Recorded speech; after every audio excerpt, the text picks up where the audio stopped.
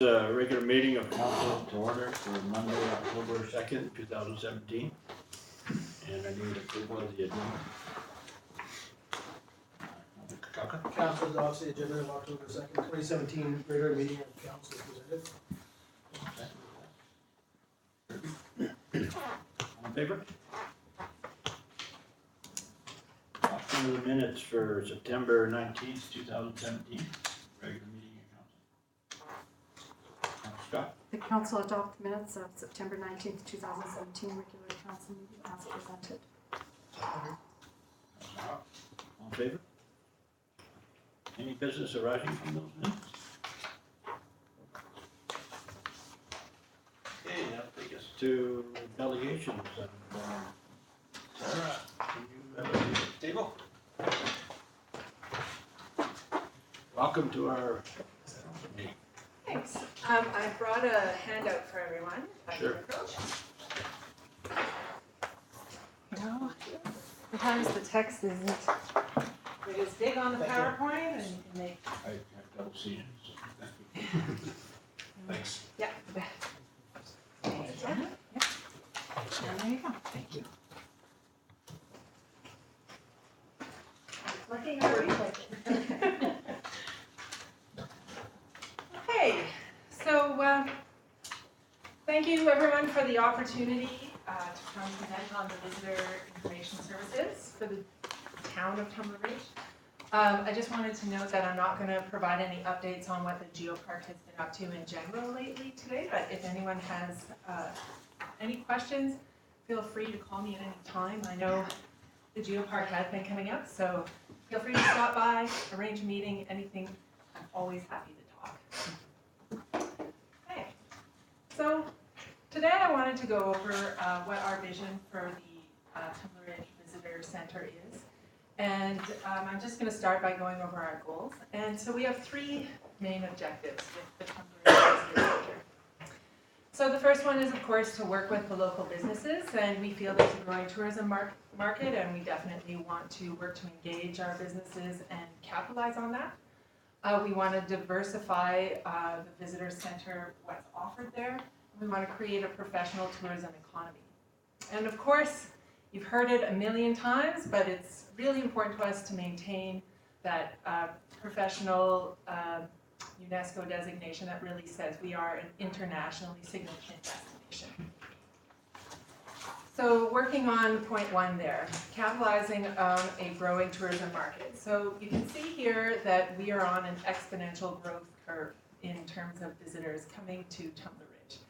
And we've changed a little bit in the last 2 years from hearing we came to see the dinosaur museum, or we came to see to go sledding, to we just heard Tumbler Ridge was great and we wanted to experience it ourselves. So word is starting to get out in general that we are a destination, and we want to make sure that when people come to the destination that our businesses and our community are ready to receive them. So to work on continuing that growth curve, because even though it's an impressive curve, I think we started at a pretty low number, so there's lots of room to grow. We've been working directly with Destination BC and Northern BC Tourism. April Moy from Northern BC Tourism is on our board and has indicated that she'd continue to serve on our board for some time. But even beyond that, I've been building direct relationships with Clint Fraser, the CEO of Northern BC Tourism, and with the staff at Destination BC through the jobs that they've come to help and support us with. We've also been attracting international tourism clients through outreach that we've done, and again, attendance at trade shows that the District of Tumbler Ridge has supported. We've grown from just doing regional trade shows down to Prince George, and we've seen a direct benefit at the Visitor Center with feedback that people did hear about us at those trade shows.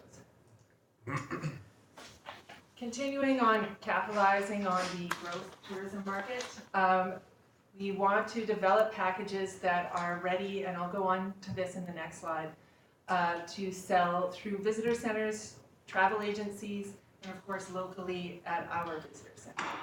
We'd like to leverage Destination BC's identification of the Tumbler Ridge Global Geopark as an iconic destination. And this has come out of the recent Destination BC 10-year strategic plan for the Northeast. that the Geopark was identified in the top 5 iconic destinations for the whole region. We also want to assist our local businesses in preparing for this because, of course, if we have all these tourists coming in, they need to be ready and have that polished feel so that we have that referral of friends and family and that great experience. People want to come back. So speaking to that, we want to work with our existing businesses and develop businesses. There are 3 types of business according to the tourism market. There's visitor ready, market ready, and export ready. We have a lot relative to the Northeast of businesses in the visitor ready category. And that's, you have everything ready to operate legally. But market ready is when you're reaching out to potential visitors and doing this on a year-round basis. You're able to schedule well in advance and you have a kind of a higher level of capability with the scheduling. You might be able to do that online. We have some businesses that are getting to this stage but not quite fully there. And then the 3rd category is export ready. And that's where we want to go. We want to be able to work with our Lotus travel group, who we've already engaged with, but others as well, to create packages to take to big international trade shows, but also to the big travel agencies. And here's an example of how our work with Destination BC has paid off. I went to the Tourism Industry Association of BC, that's TIA BC conference in Victoria in February. And what did I find but an image from Tumbler Ridge in one of their big pop-up banners. It was quite a delight to see a picture of me standing there.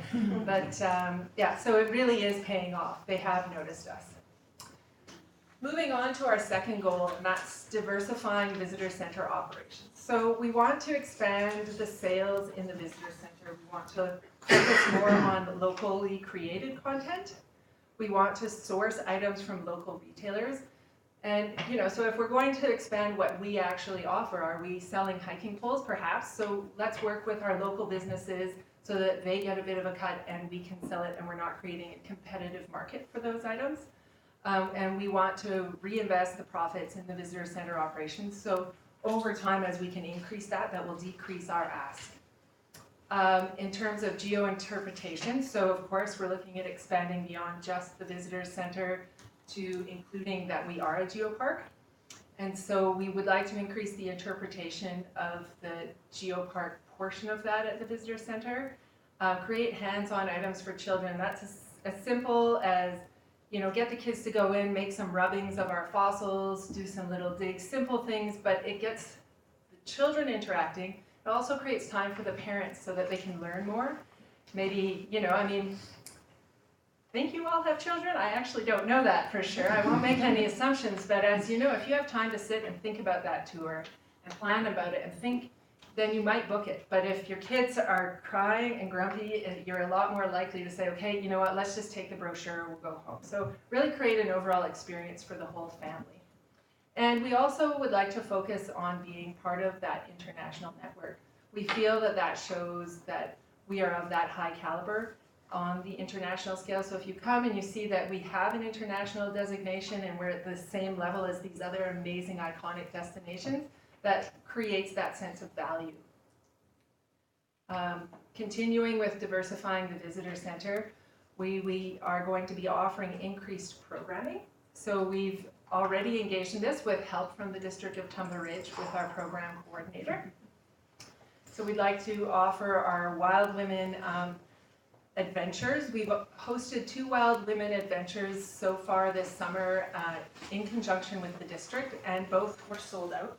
We had individuals from Prince George, Grand Prairie, Fort St. John, Dawson Creek come in. So it was much more popular with people from outside the region, and again, they're coming in the night before, they're getting that extra campsite, they're fueling up, they stop for dinner afterwards. We also would like to offer a nighttime visitor experience program. Those are things where you can go and meet the geologist or the volunteers behind the geopark and open it up to our visitors through offering it at the visitor center basement or out in the parking lot. And in addition to that, we'd like to do guided in-town tours with summer students. So we're going to be increasing the number of summer students so that you can take a downtown walking tour, or you can do the TR Trail, or you can do something like the Bald Spot. These are close, locally accessible trails that are not in competition with other existing for-a-fee offers, and we'd like to work with our local businesses. So, okay, we can pre-order a lunch, we can get your bear spray from these businesses, we'll meet at those businesses, and then we'll go from there. One of the keys, of course, of a UNESCO designation is investing in the future through education. And we are already rolling out education programs for high school and elementary students. We've also been talking to Northern Lights College about tourism programming. We have a Geo Youth Ambassador program that we're creating, and this is based on a partnership actually with the Hatay Geopark in Romania that I recently went to visit on a twinning mission. And so they have quite a successful Geo Youth Ambassador program that started with just 2 students out of a single high school, similar to ours. Their geopark only has 1 high school in it. And they've grown to 174 students in their program. Now, that's not my goal. I think that would pretty much be our entire high school, but I do think that we could really engage those students. And what they learn by being young guides for our area is the value of our region, but it also gives them ideas of future careers and what our business opportunities are. We also want to, as I said, offer guiding programs for summer students. So those students do receive training to act as a guide. We're not just sending them out to do this. And again, that's building them job skills.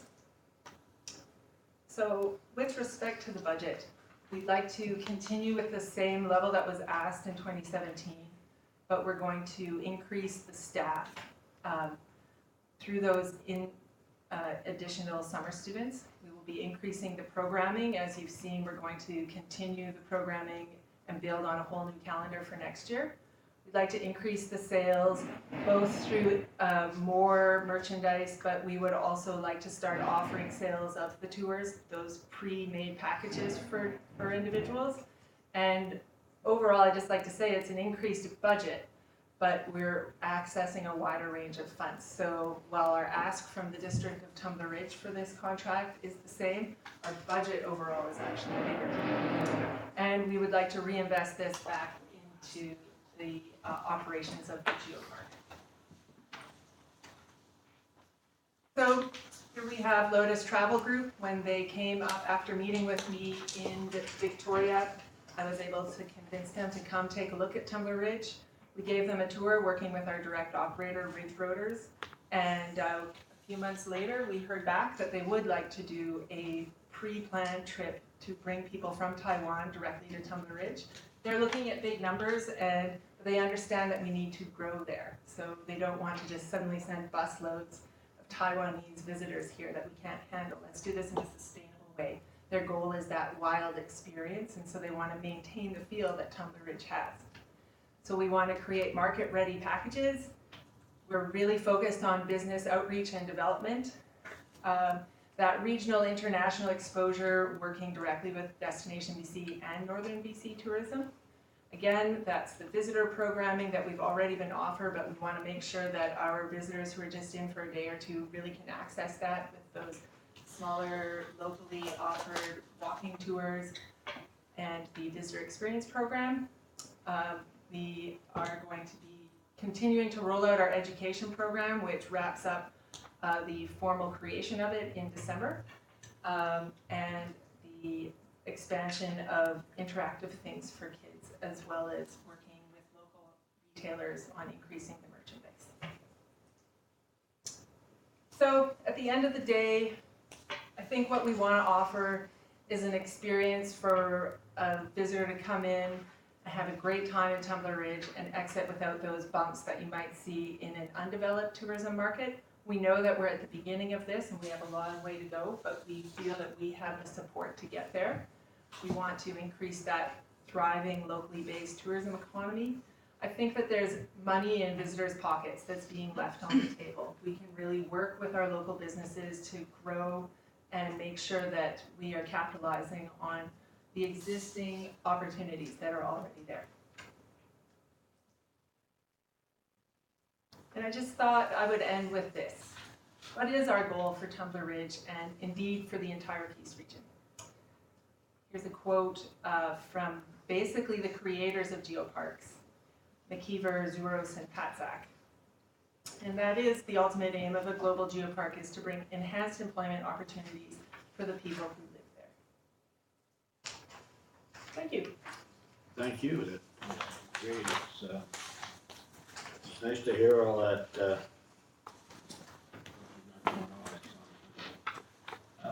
Anybody on the council have anything? Sorry. Councilor Casey? Thank you, Your Worship. Just to thank you. Every time, Sarah, that you come before us to talk to about the geopark, well organized, articulate. I mean, it's exciting to sit and hear it. And I just, of the times that we have met over at the information center and so forth, it's always been the same, and it's just really encouraging to hear a professional approach to the geopark and then to see the results coming in. So I just wanted to pass that on from my perspective. It's just an absolutely superlative job. Thank you. Thank you. I was at B2B thing in Dawson Creek, business to business, and the CIBC gentleman there that he came up to me and he said that he was at 2 weeks his plan on first week, and he came up to Tumber Ridge for the first week, and the second week was going to be Jasper. You can go to Jasper. He said. Way better on Tumber Ridge.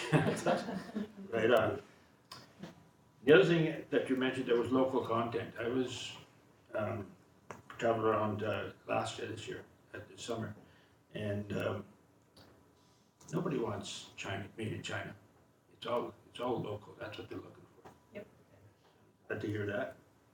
And the other thing was, when we were leaving the airport in Fort St. John, they don't have enough pamphlets there. So, I don't know if Jordan got to you about that, but send a couple cases to him. Okay, that sounds great. Okay. Anybody else? Okay, well, thank you very much. Great, thank you. I guess one other thing is that when we showed the numbers to UBCM, to all the ministers, they were just flabbergasted that we were doing that. They didn't have a clue, so. It's nice to be able to support these numbers.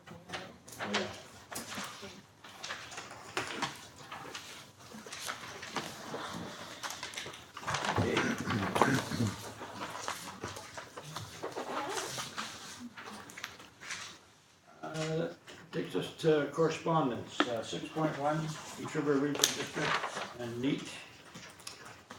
Information or discussion? Thank you. I'd like to make it for discussion. Seconder for that? Councilor Kirby? I'd just like to see us do something. I just had a quick discussion with staff today. There's a couple things here we need to get rid of, including the single-use water bottles that we'll have to council tonight for the whole month. Right, I see Councilor Kirby's got her own. So, hey, that's something, and then they kind of mentioned maybe plastic utensils. So, whatever we can pass it on to staff to maybe make that happen. And then if council can follow the same suit, maybe your business or residents, and then all the same council. Good idea. Was it you that brought the idea of having these Don't bottles? worry, absolutely, but for the month of October, maybe we can follow. Okay. Anybody else? Okay. 6.2, BC Municipal Climate Leadership. Your worship, I think the regional district's looking for a motion to that effect that we can pass to them. Okay. You're making that motion? Yep, I'll make that motion that we get back to him in regards to it, and then maybe pick 2 items that you mentioned unless staff has. Nope. If you pick the items, put them in the motion, then we're good to go. Okay, we'll pick 2 items, single-use water bottles and the disposable cutlery. Second for that? Councilor Kirby? Any more discussion on that? All in favor? Okay, 6.2, BC Municipal Climate Leadership Council. Information or discussion? Move for information, Your Worship. Seconder. Councilor Scott. All in favor? Okay, Green Communities Committee. information or is it? That's great. Move for information? Okay.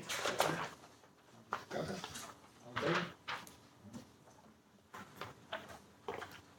All in favor? Cumberridge Community Force.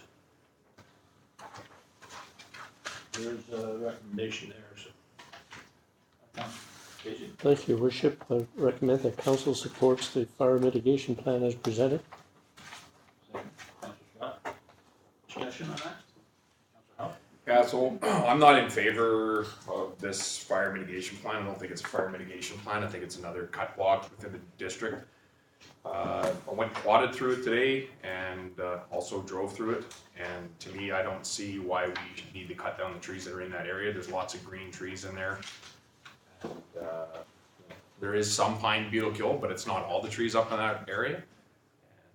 And for my vote, I'd rather see us take lands like that and use those areas that what are they being used for by people right now, which is for firewood. So it's an area within town. People come in and buy a permit for firewood here, and they have an area they get directed to that they can go out and you can rest assured people going out and cut firewood aren't going to be cutting any green trees down, and that's what I see in those slash piles all around town. And don't support the logging in the district anymore or anywhere around town. If they want to go off and do it kilometers from town, go ahead. But from what I've seen for the stuff that gets logged in town, I don't like it, and I've heard multiple complaints from residents on it, that green trees are getting knocked down and, you know, buried with the rest of them. So for my vote, I would not like to see this fire mitigation plan at all. And again, I think this is like trying to get the water out of Gwillem Lake with one water truck. I mean, you're not gonna stop a forest fire by cutting down one block around Tumbler Ridge. It's not gonna do it.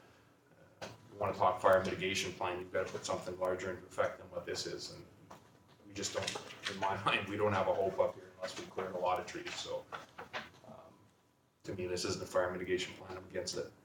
Councilor Scott? I tend to agree with Councillor Howell on that. I'm not in favor of seeing the green trees down. And the last time that we tried this, the big winds that came through were toppling over like the trees that were left standing. So I wouldn't be in favor of the mitigation as presented. Councilor Kirby? Thank you, Your Worship. I think after seeing all the damage that wildfires did in BC this year, I think I'm going to have to stand behind this report. I think we have to protect our town site, and if there's trees there that are dangerous, then I think they should be removed. So I'll be in favor of this. Scott? Thank you, Worship. Yeah, and I mean, actually, I've been a few residents that approached me in regards to the last meeting that this came up as a delegation. And same thing, they're very concerned in regards to all the green trees that have been cut down in the past. I get the fire mitigation issue in regards to the pine beetle, but golf course is one of the examples that was brought to me, including pictures of all the green trees and the green limbs that were put into the piles to burn. So I won't support, like, I mean, I've went up there, I didn't get a chance to walk a quad through it. I've driven up there and had a look myself. I mean, I'm not an expert in regards to doing that, but to me, there's an awful lot of green trees up there now. I know we had an opportunity to get a hold of Mr. Czar and go for a walk through that and have a better look, and maybe he can give me a better understanding, but I won't be supporting it tonight until that can happen. And they can explain to me why those green trees have pine beetle, but there's nothing. No brown is coming to them or anything like that, so. Pine beetle in regards to forest fires in the province of BC, pine beetle definitely speeds the fire up, but if it's green trees, that's a good thing. So I won't be supporting that motion. Anybody else? I guess with what's happened in BC this year, it's really hard to against fire mitigation, but I've always been against cutting down green trees in the town. I think I'm gonna support this mainly because of what some of the discussions I had in UBCM. But I can see where you're coming from. It's a tough thing because we all live here because of the wilderness, the pristine forest and everything, and this is kind of going against that. Anybody else? Okay, all in favor? Opposed? Defeated. Just to go far back Martha, do we wanna have something come in and talk to them more about this, or maybe? Does anybody feel like that? I mean, you Like I said, I don't know if he needs to come in as a delegation anymore. I know I heard from him, I checked the maps out, I mean, I know we're all busy, I mean, I think we gotta take time and do that walkthrough and have him explain, like I said, I'm not a tree expert. But when you see all the green trees that cut down the golf course and then all the limbs piled into a pile of burn, I guess pine needles, pine needles for sure. I get that the forest is close to our community. But Councilor House said you have to, for fire mitigation, I mean, Fort Mac's a prime example in regards to where that fire burnt, where it jumped. The fire mitigation that's gonna be behind it that we're gonna cut down is not gonna stop that fire. So I think that has to be explained a bit more. I mean, they're just trying to keep the fire to the ground and not to the tops of trees, but green trees burn different than pine needle. So, I mean, I know I prefer if he's coming up, and I mean, I will talk to some of the guys in community forest to find out next. I mean, I don't know if we need a meeting, I think we need, council wants to take a chance. You guys have done the walks before in the past? Yeah, I haven't been to this, so. And I haven't, and like I said, I know he was here, we had the opportunity to, but I think short notice on my part. And the blowdowns, we seen that over here behind the hotel in regards to what was left for blowdowns, whatever was left was blown down anyways. So, and how hard would it be for us to go that route? And I mean, people are already up there cutting the trees down anyways. How hard would it be for us to, as a district, to allow that to be the area that people do it, to worry about, I don't know, there's litigation or possible legal action if somebody gets hurt up there, but is there no way we could have them sign some type of a waiver rather than turning a blind eye to it, actually accept it, say that's what's happening up there and allow people to do it, direct people up there and try it that direction? We want to go a way to get rid of trees that are a source of fire or whatever. Let somebody go do it for free for us. That, you know, maybe they won't get them all, but to me, it's better than the 3 years that I've been on council that I've seen them come in and say that they're going to do a nice job down there and absolutely destroy spots. And you see these massive slash piles with green limbs in it. It's another way to try it. We've tried it 3 years this way. In my mind, it hasn't worked. Can we try it a different way? How hard would that be for staff to take on? Is that insurmountable? I think we'd be opening ourselves to, if anything did happen, I don't know, Mr. Wall? If council wants an answer on that, I can prepare a report. I don't have an answer off the top of my head. I'll put that motion forward that I'd like to see a report generated and see how difficult it is to get a waiver signed by people wanting to use areas around the district for firewood. I mean, I don't think the land even belongs to us. I think it belongs to the crown anyway. So are we liable because it's in our district? I don't know. It's in our municipality. Seconder for the motion? Councilor Trippa. Any more discussion on that? All in favor? Yes? So, what did we get there? All in favor? Again? Opposed? So, it's defeated. Alrighty, 6.5. Your worship, right now, the only direction I'll have to the community forest is that council doesn't support this. Is that where council wants to leave it? I guess so. Okay, no, that's fine. 6.5, BC Natural Resources. It's one thing that we looked at that we said that if people wanted to attend that, it should be included. I don't know if council still feels that way. Any discussion on it?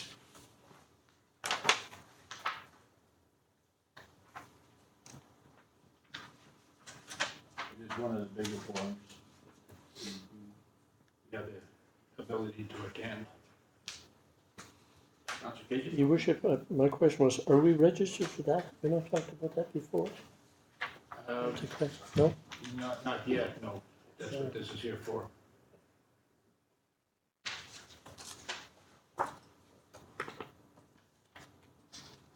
So I'll make the motion that we register for this and let staff know if you want to attend and whoever wants to attend should attend.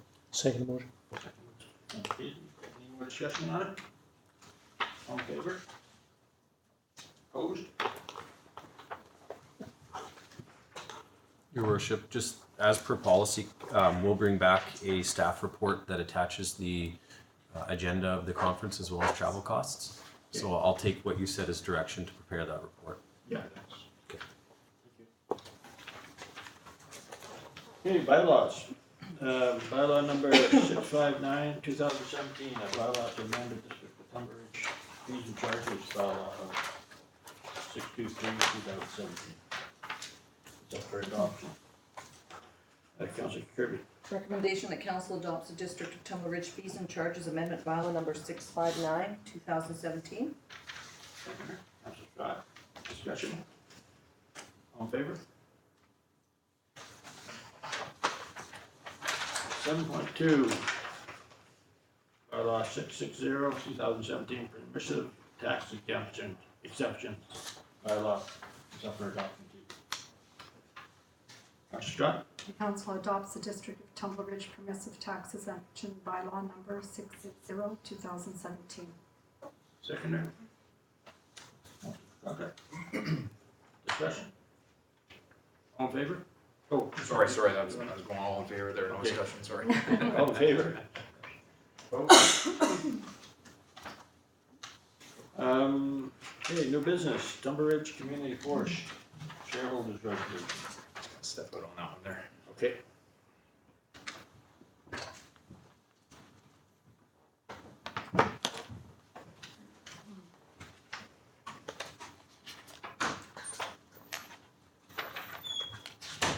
You have a recommendation there?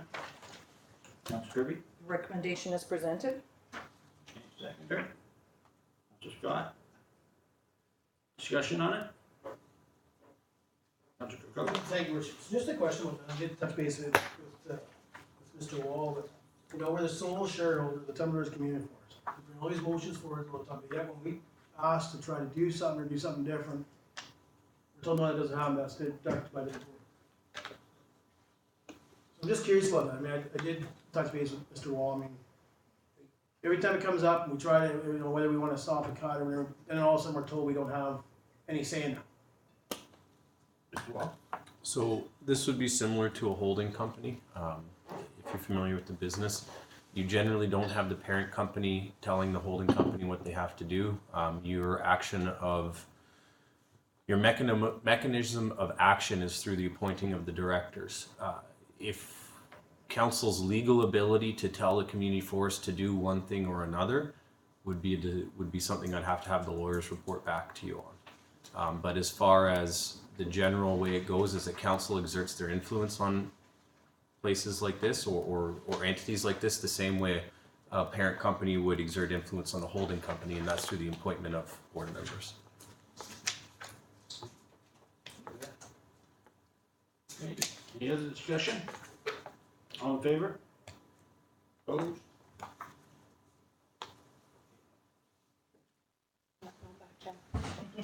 I'll be back.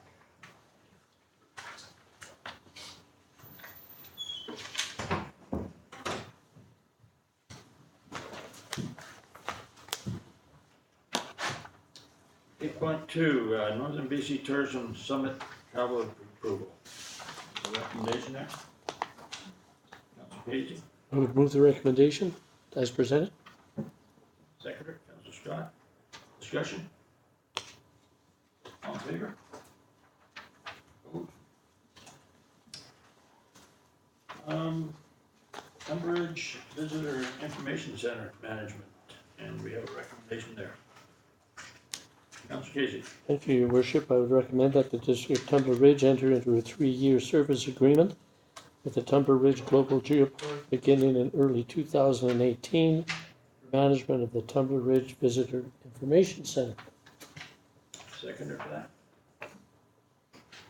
Councilor Kirby? Discussion?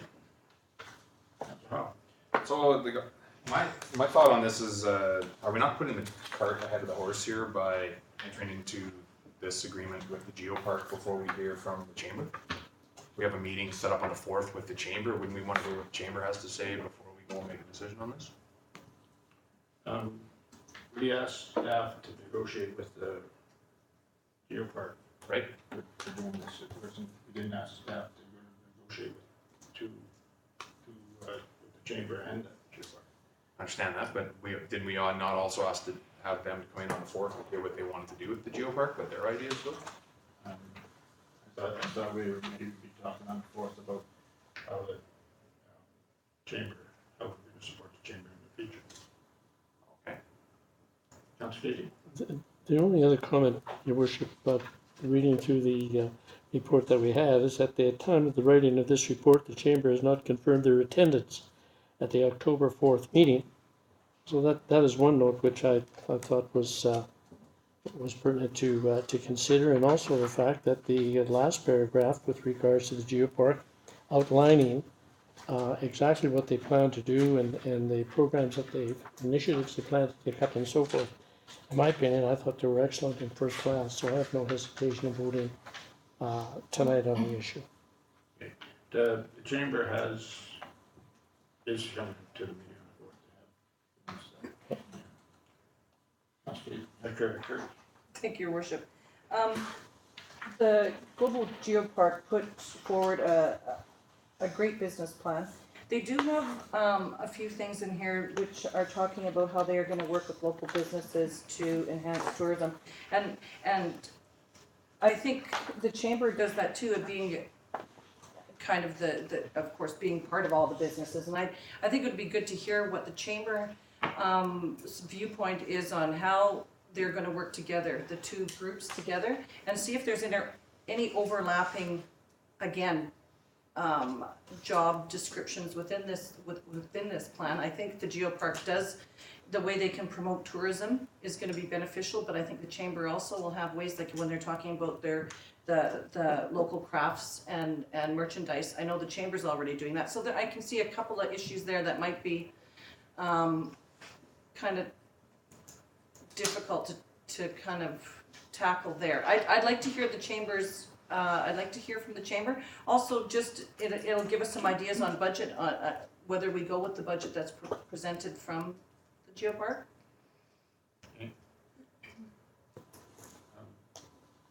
Scott? Could we table this until after we hear from the chamber? Is that a motion? Yeah, I would like to put that motion forward. Second or that? Any discussion on the tabling? Councilor Casey? Thank you, Worship. My only concern is that the Global Geopark is tourist oriented. That's their business. That's what they specialize on. They make great strides in that particular area and so forth. I view the Chamber of Commerce more business oriented, and to me there's a major difference there. So in terms of waiting for the Chamber of Commerce to either come on board or not come on board or for whatever, I think really is unnecessary. And so I would vote, if the motion is on the floor that we wait for that, then I speak in opposition to that. We'll vote against it. Thank you. Councilor Kirkland? Yeah, just on the, in the same regards, one issue I have, and I have been in and talked to Mr. Wall, I'm not totally agreeing in regards to council meeting with board to board. But I've been in discussion today with some people from the chamber. I think there's a bit of a disconnect in some of the information that's coming forward all the time. So I'm gonna support deferring it, which, I had a different concept this afternoon when I went through and read it all. So I think there's a bit of disconnect in regards to some of the information that's coming back to us.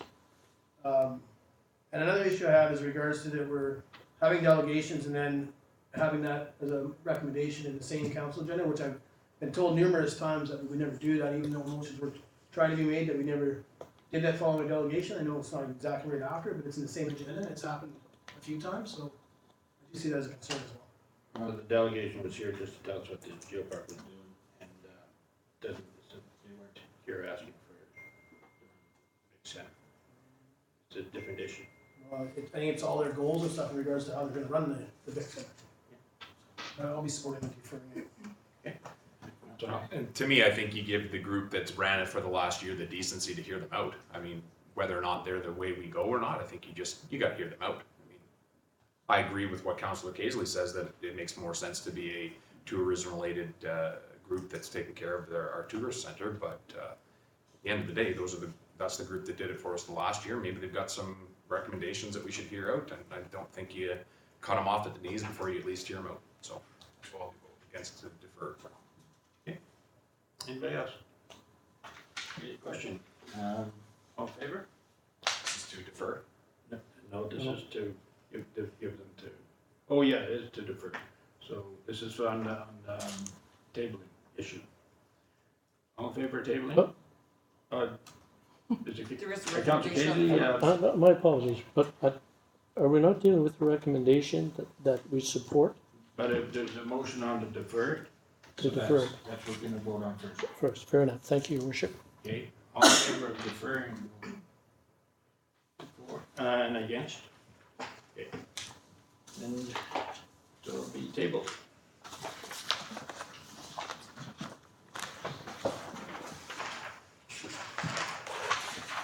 Alrighty, schedule of meetings.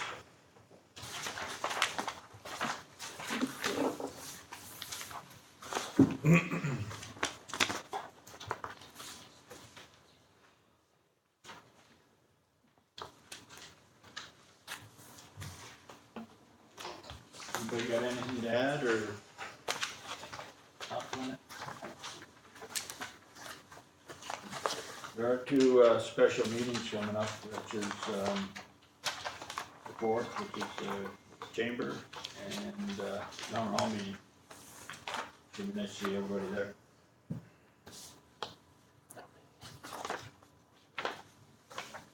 So everything's okay on there? Mayor McPherson, how many council are coming to the open house? I'm coming, Councilor Kirby, is that? Yep, I'll be there. 2, 3. Okay, we got a quorum. I'm- Yeah, I might not be. So, yeah, we've got 4 down 3. alrighty. Policy and priorities meeting. Town entrance signage. As we all know, our signs are in pretty tough shape. And, yes. Do we have any ideas of what we should be doing? Mr. Wall? Yeah, this was put on, I want to get a sense, the last time this was brought up, we had a couple members of council saying that this should, this isn't important, this should be done cheaply. We had a couple members of council saying this is important, it should be done right. My question to council is, where are we going on this? I don't have any on that yet, Your Worship, but just in regards to 2017 budget, there's $35,000 put to the side. Design, purchase, and install new entrance and wayfinding signs on roads. So, just curious, new entrance signs on there. I'm not saying you're gonna buy it for $35,000, Yeah. gee, Mr. Wall, but has staff done any of that in regards to the design of it? Of the entrance signs, Yeah. we're working on some designs, but again, on the last discussion, we don't know what we can design. We've got do it cheap and we've got do it expensive, do it well. We need to know where we're going on this before we get too far into it. In other words, you're saying, then you clean the ones up that are there, or build new ones? Yeah, well, council's got discretion here. I need to know what you guys want. Councilor Kirby?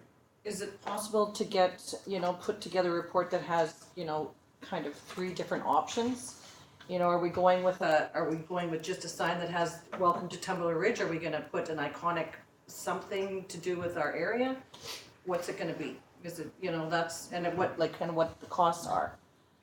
I'd kinda like to see compare a couple of ideas. And one thing I've always thought would be nice to approach some of the local businesses that are in town, to see if they wanna help, with the funding of the sign. So I've seen some other places, they have windmills attached to their, town entrance signs that allow it to be illuminated at night. They use battery power and from the wind turbine generating it. I think you approach a Capital Power or Pattern Energy and see if they would be interested in supporting some of that, if they could put a small turbine on it that, symbolic of what they do, and perhaps Canuma would also like to be involved in something like that, but that's hopefully discussion, that's just a thought I thought would be neat to do with it. And then the other thought I had along with it as well is, are we going to put in a third sign from a third entrance into Tumbler Ridge? So we have one coming from, we have one that's over by Chetwynd. We have one that's closer to the Flatbed Mini Falls as you come into Tumbler Ridge. Then we have one that's closer to the Saddle Club. And then we don't have one that's on the back road coming in from our #1 tourist attraction, Canosa Falls. So the back road coming in, the boundary, lesser known, Yeah. whatever the highway is, 52 or whatever it is, but 52. yeah, the boundary road. So, are we, that sign coming in from there, are we gonna do all three of them, or what's the thought process there? Oh, sorry, four, there's a fourth one, sorry. It's true, that's the one we're talking about all the time with the government, is 52, trying to get it paved, and we don't have a sign on it. Yeah, not a whole bunch of people there. Like that far out, and there's the one by the falls, right, but we have one by Chetwynd. But that one's a billboard, kind of not an entrance sign. Yeah, I think what we're talking about is these smaller ones, you enter. The ones that was right around the town, Yeah, right, just it's right, so then that's the topic for discussion as well, it's just those three that we're gonna do. I think having a price range too, like, so that we have some guidance on where we want to go. I totally agree with Councillor Kirby on that, if we can kind of tier it or whatever. Yeah, I agree. I'd like to see the options that, I'd like to see, so we're gonna be having the Tilton Bridge Global Geopark type of thing on there, and that, there's so many different ways we can go here. I like the grizzly bear standing beside, but I don't know if we can do that. To give council a sense of scale, the new visitor center sign was 25,000. So if we're doing all three at about that level, that's 75,000 on entrance signs. Is that what council's looking at? Are we doing more iconic entrances, better signs than that, or are we going below to save money? Because we can give you 10 options, right? But if council knows, we're not spending $75,000 on signs next year, then that would be good to know. If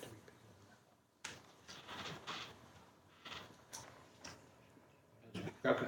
Thank you, Your Worship. Yeah, I think you got it nailed down, like Mr. Wall said, but I don't think you can also cheap on the entrance signs. I don't think we cheaped on the visitor center sign at all. I think it fits the building well.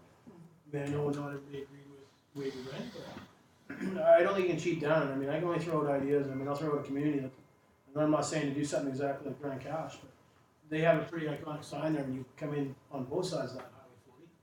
And it's, I mean, I don't know what the price tag is, that's not my thing, but it's a sharp looking sign. I'd stop there and take a picture. The ones we have right now, I would not. So, I don't know in regards, like you're talking about the global geopark logo, I'm not saying not to put it on there. I think it has to be something that's looked at.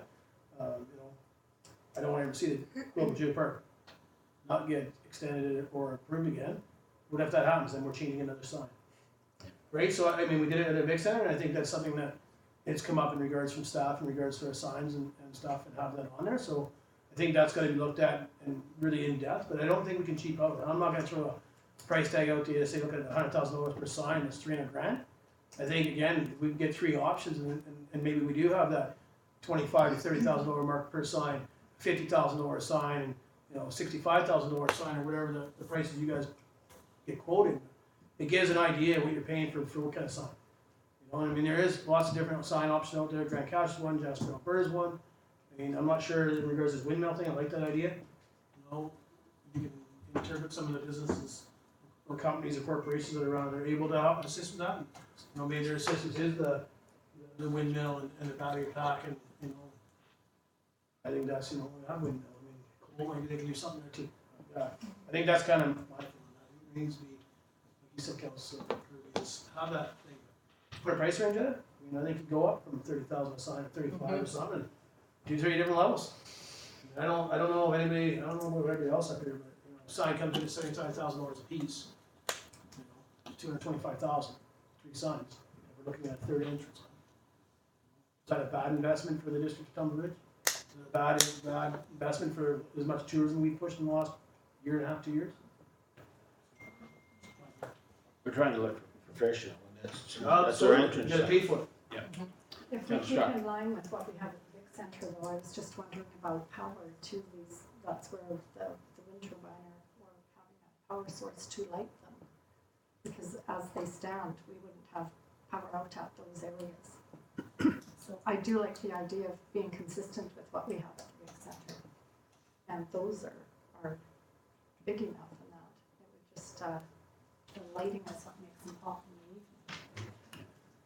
the evening. And they do have those wind turbines in Chapman, that, I know what they power, but they're, seen on the street there, I don't know if they're powering something, I think they power the lights that along the walkway. That's- So that is a possibility. That's good. Thank you, Your Worship. I think it's just a theme too, like we have, you know, is it gonna be a wildlife, you know, you see people coming in with the elk in the front, or is it gonna be wood, is it gonna be some kind of a sculpture of some sort, is it gonna be a rock formation like the shipyard Titan, you know, there's things like that, is it the Canadian Olympic team in a bronze, you know, it could be anything, and it's just figuring out what that uniqueness is gonna be, cause I think we do have a chance to put something up there that just isn't your everyday sign. So, like you said, okay, $75,000 a sign, we say that's the top, and 35,000 is what we've already paid for this. That's the bottom. No, the 35,000 was to get the work started on this. We won't, we have to keep in mind that we're probably looking at a larger sign for entrance signs than what we've got over there. So I would say the minimum we're looking at per sign is probably closer to 35 or 40. We're at the upper end being around the 75. So, and that's per sign. So you could do an example of both ends of the scales, maybe a middle one, and say, so we look at what we're talking about here. Yeah. It's pretty hard to make up your mind when you don't know what you're even talking about. Is that a possibility? Yeah. Okay.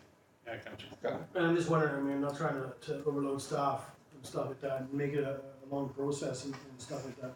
But some different sign options, like, I mean, obviously we have in Big Center and UMass, and, but, you know, there is other options out there for signage, so, you know, we could have a couple different options as well, besides the one we already have, whether it be a bit bigger or whatever, but, you know, there is, like you mentioned, is it gonna be, bears, are gonna be, dinosaurs, are gonna, you know what I mean, like, let's have a couple different options so we can see the difference in not just 3 signs, and if that's a possibility. Not, like I said, not trying to give staff more work, but it'd be nice to see a couple different options available for signs besides just. Yeah, and when we start talking $75,000 for an entrance sign, you're already in Tumbler Ridge by the time you get here. That's not gonna draw you into the town. I mean, start talking $250,000. If you had to cut $250,000 out of our budget so we could fund these signs, you'd be looking in a completely different direction in my mind. Because we have surplus funds sometimes from our taxes, we are able to look at stuff like this, but I think you gotta, look at this with a fine tooth comb. You can't be, in my mind, you can't throw $250,000 around for some signage when you're already in Tumbler Ridge. You'd be better suited to get something on the side of the highway to draw people in.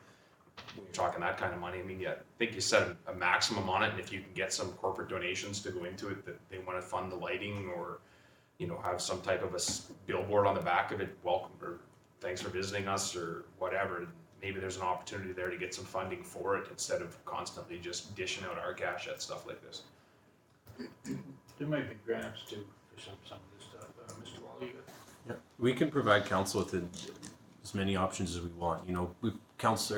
Staff kind of put this on, get some direction because we're looking at the same thing as you guys can. It can be any of a million different things, right? But I just wanted to bring to attention, we are talking about Mr. Powell's time here, and Mr. Powell's time has been a topic of discussion amongst council. What should he be devoting his time to? So we've taken what could have been possibly a day report, and now we're looking at, with a number of different options at different price categories, this is a week now. So if that's what council wants us to devote our time to, we can. We'll just throw that out to council. Councilor Scott, you got something? It's okay, I forgot what it was now. I personally, without seeing some kind of options, I have a real hard time making up my mind. And I think that seems to be what I hear from council, so We're not making a motion here in a CMP, which we can't do, can we? Nope. That's direction. Yep, that's great. Yep. Okay, 9.2, walking paths. Well, do you wanna lead us into this? Just looking at extending the sidewalk across from the gas station there and any other walking paths that council wanted to discuss. We had talked about this previously on holding off on expanding walking paths while we do a recreation master plan, but wanted to put it in front of council again. This is really staff putting these things in front of you to get an idea of where we're going as we're fast approaching budgeting time. As per council's budgeting policy, we need to have projects costed and ready to go by the end of the year. So we're starting to look for a direction where council wants to go next year. Scott? Is this something that we could put with the asset management when we're, next year when we're contemplating the next pavement? Was it the middle bench? And if that's the case, these, the extension of sidewalks and that would fall within that realm, because I'm assuming we'd be doing those areas and paving as well. So we could, do you need something sooner than the next asset management meeting, or would that be We sufficient? just need by the end of the year. Yeah, this is really to get council discussing amongst yourselves what you want to do, so we don't, you know, we've had that a couple times now in budget where we get to budget time and the decisions aren't, we're not ready to make those decisions, so I want to get council talking about this stuff, so when it's time to make decisions, we're ready to go. I know when we did the extended the walking paths that we've done in the last few years, the idea I thought was that you would have a complete loop in town, so you could just walk around town. But then we decided that we needed a plan if we were gonna do that. So that was where it was left, I thought. Anybody else have anything else? Councilor Truckwell? Thank you, Jim, again, and, you know, this says the sidewalk continues along Southgate, I think we have to. I mean, that's coming back from residents and see the walking jog. You come down Pioneer Loop and you have to, you know, either walk in the muck or whatever when it's thawing, or on the road and hope you don't get hit, or whatever. So I think the sidewalk being continued down Southgate to add on to down here, and that's to me, I'm hoping we see that in the budget that gets approved. Councilor Hoffman? Well, two things with that. If we are continuing down along Southgate, should it remain concrete sidewalk? And do we know what we have for land there that's for sale so that you can have the sidewalks cut out appropriately for vehicles to go over the curbs? Similar to what you have where I guess it's 290 Southgate is located. You have cutouts in the curb as it goes this way so somebody could buy that property. But based on the district website that we have, there aren't any properties available for sale in there, which I think there likely are, but we just don't know what's going on there to make that type of decision. Don't think we put an asphalt path in there if we're going to maybe at some time sell those lots. Something we need to look at, but I think the shift in, from my perspective anyways, is the shift from putting in new paths went to upgrading and maintaining the existing paths to get away from the tripping hazards and the stroller issues and the this and the that. And I don't think that all the existing sidewalks around town have been fixed yet, or bear walks, for lack of a better term. And maybe that's something that we should be looking at, is continuing to fix up the infrastructure rather than add more infrastructure and more costs and more stuff to maintain. To me, we should continue to fix up the assets that we have before we look to add any more to it. Yeah, there's a number of those still. A lot the playgrounds, it looks more dirt than it does pavement, even though it was originally like that. Behind the community center, there's a number of them, and that's exactly what we need to hear from council is what are we doing next year? And some of the bear walks, you go through them now, they used to have poles that used to go into them, and those have been removed and they're gone, and now they put concrete blocks in there. And you know, I think the idea of having the poles in there originally was so that, you know, they could have access for flow of traffic if they were shut a street down, or fire truck access, or whatever they were using them for. And then it went to the concrete blocks, which are immovable in a sense. You know, maybe that's something that we look in the budgeting process. I don't know if we, like the fences along the bear walks also had trees fall over them and they're separating and they look terrible. And maybe some discussion with those residents that are in that area to fix those up might be warranted. So this brings us back to a plan. You know, and if, I know that's work for staff again, but we said we wanted to have a plan so we knew what we were getting into. And I think we haven't seen one yet.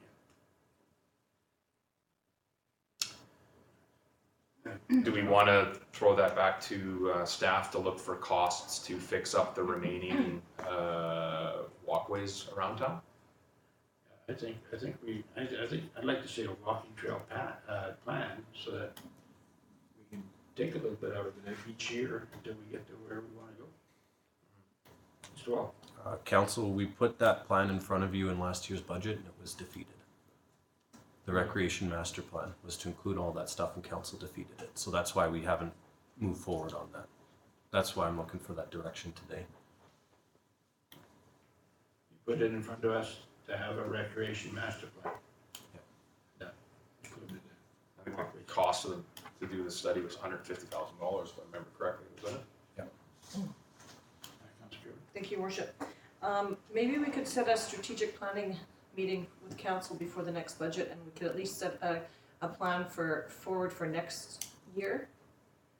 There'll be a few topics I think that we can talk about at a meeting like that.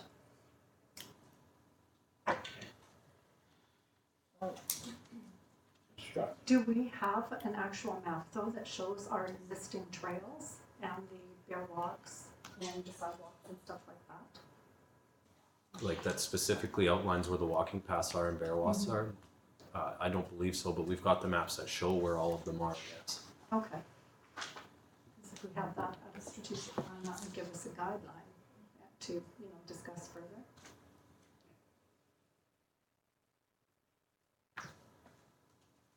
So I'd be in favor of a strategic plan, and is anyone interested in another asset management as well? Could we combine the two, or just the strategic?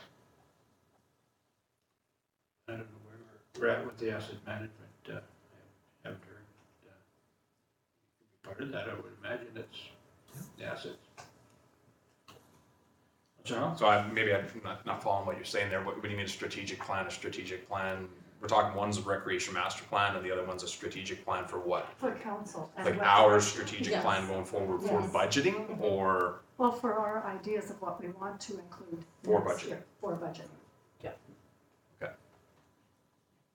Like from what I remember about us turning down the recreation master plan is that it was the costs. We Yes. thought it was $150,000 and the Yes. discussion that I can remember around here was for what we wanted to do our own paths, we could probably come up with a plan on our own and save $150,000 and pay for all the paths that we wanted to do rather than do the plan, right? Well, and if we have an existing map or whatever of what we have in place, then we could determine what areas we want to make sure have, like going to the Vic Center, there should be a sidewalk. Fair enough, but my thought on that again is that we should maintain the assets that we have. I mean, there already are bear walks that run through this town that are no longer up to code or they had the same tripping hazards that we had down along Monkman Way that we went and redid all that and started to go into new areas without any discussion. Right. And then we stopped that because we didn't want to do that. We wanted to repair what was out there. And so that to me would be a good direction for staff to go out and give us some idea of how many bear walks are out there that are at the point where they need to be repaired.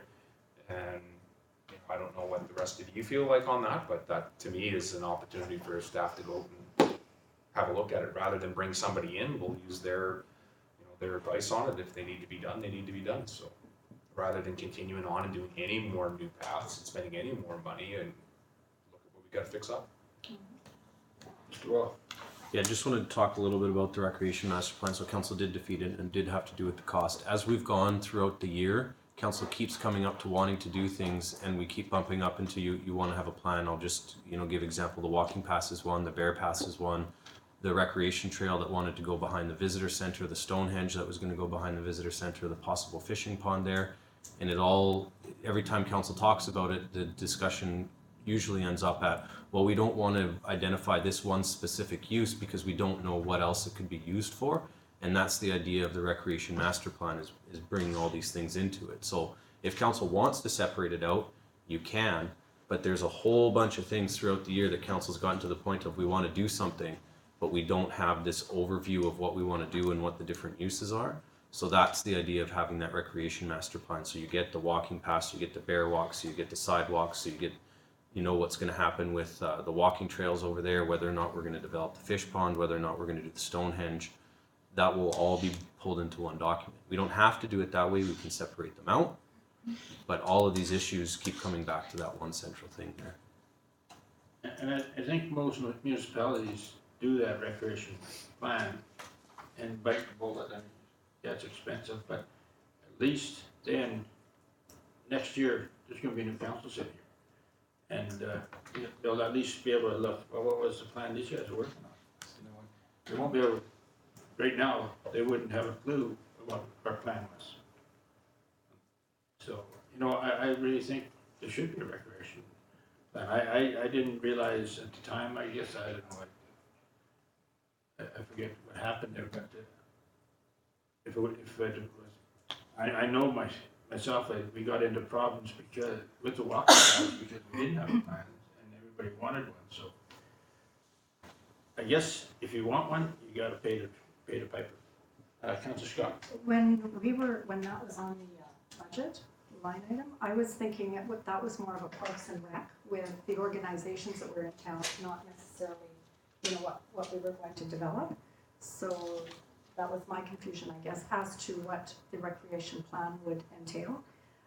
If we went ahead with that, would we have a breakdown of how much the fish pond would be and how much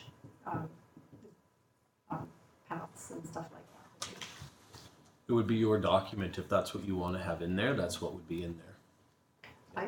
Just one other thing, when we were first elected in, there was that strategic plan, and it did stress to fix the existing pathways and stuff like that. And we've kind of dropped the ball on continuing that, because this is year 3 and we're going into 4.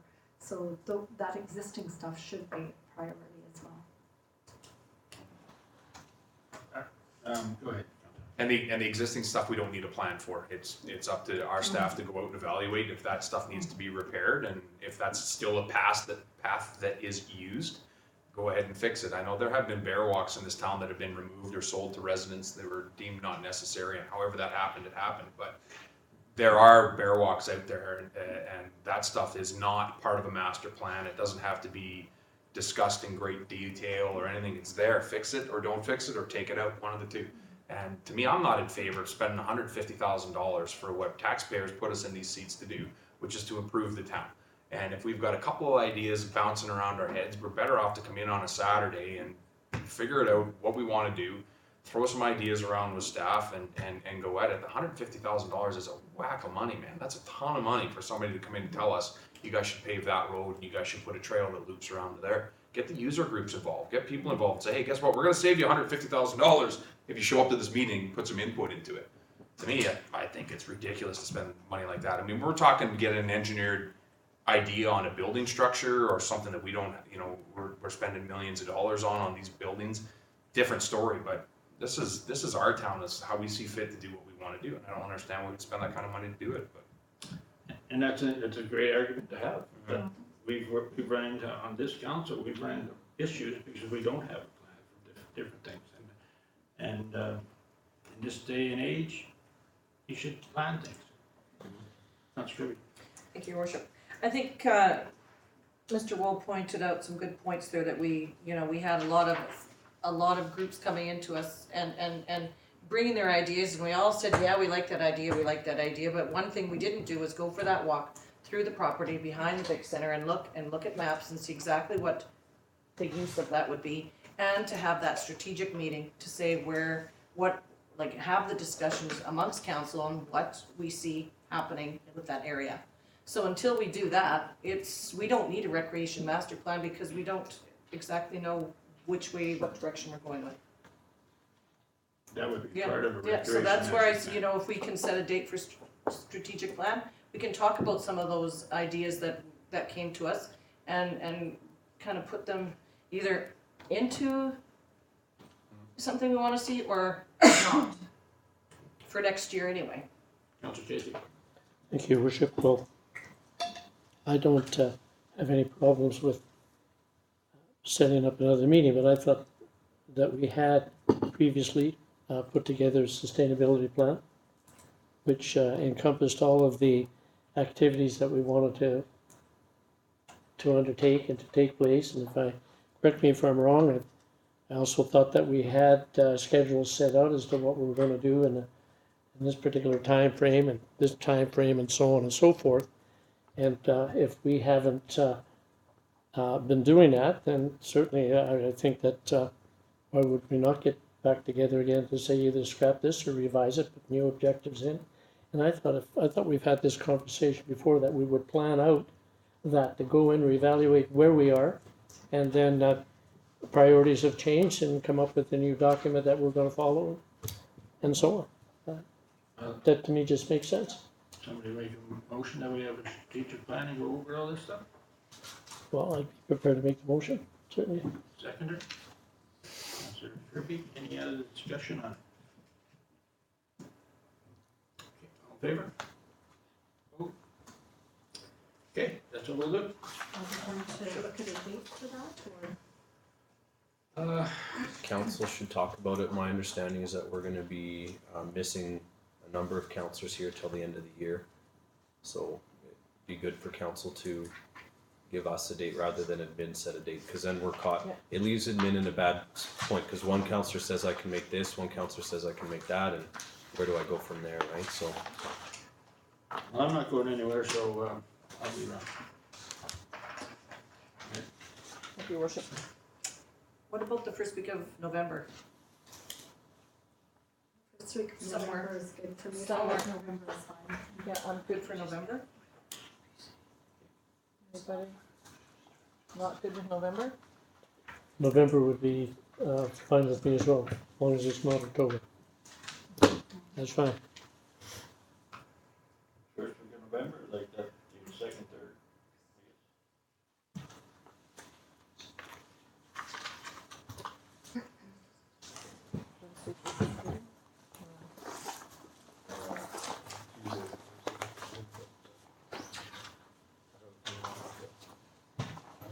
Date? I'm pretty good at, except for scheduled meetings. That's already on the schedule, that's the PRD and council. Any day, I should say, any day but Mondays and Thursdays would work good for me. Wednesday the first. I'm good with that. Wednesday the 1st? November 1st. And then time, Just be a morning meeting, a day meeting? it doesn't matter to me. I'd rather through the day, myself.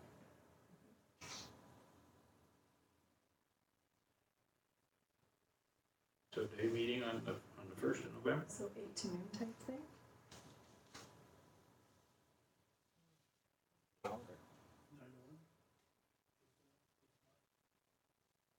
If we start early, we can. 9 to 1? Give it all day, or 9 to 4 or 5 or Yep. whatever. and 9 to Do we're the- finished. yeah. Yeah. Sure. Okay, so 9 start. Perfect.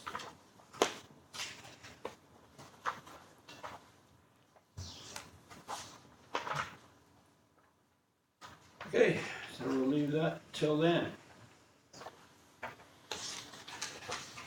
Okay, budgeting method. I guess it's probably because of some things I've said that this has come here, but I know, Kirby, you brought up the idea of at one point of us saying, okay, this is, rather than take it issue by issue, we say this is what we want to spend on, say, tourism, we're talking about that, tourism, and we just tell staff that's what we want to spend, it's up to them to delegate where it goes. Is that still your feelings, or did I even say your feelings right?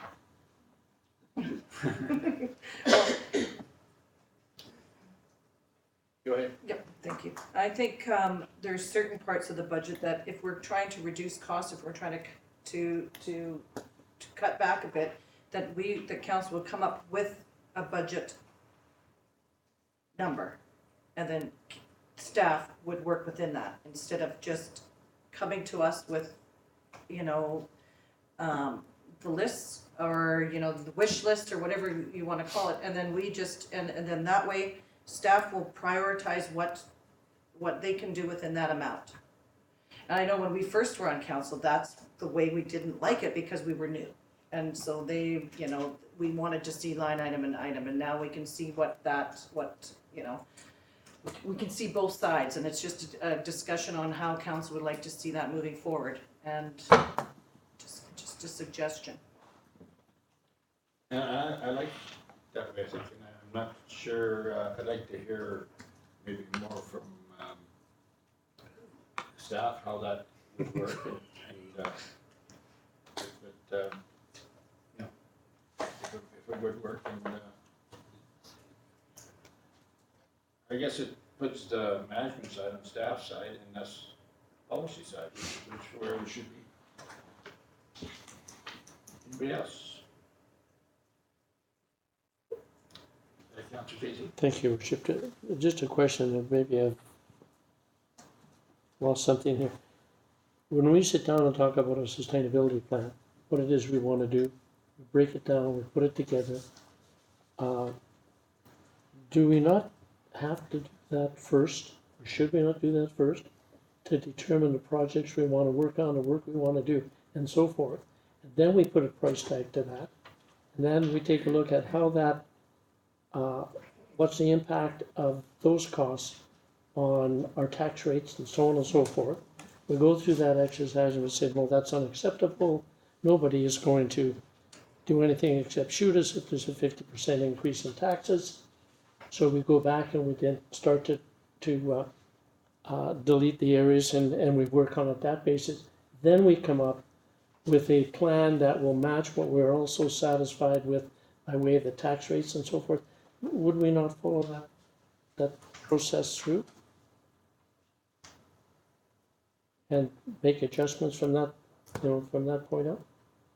That would be doing it the way we've been doing it, and just staying there. That's it, yeah. I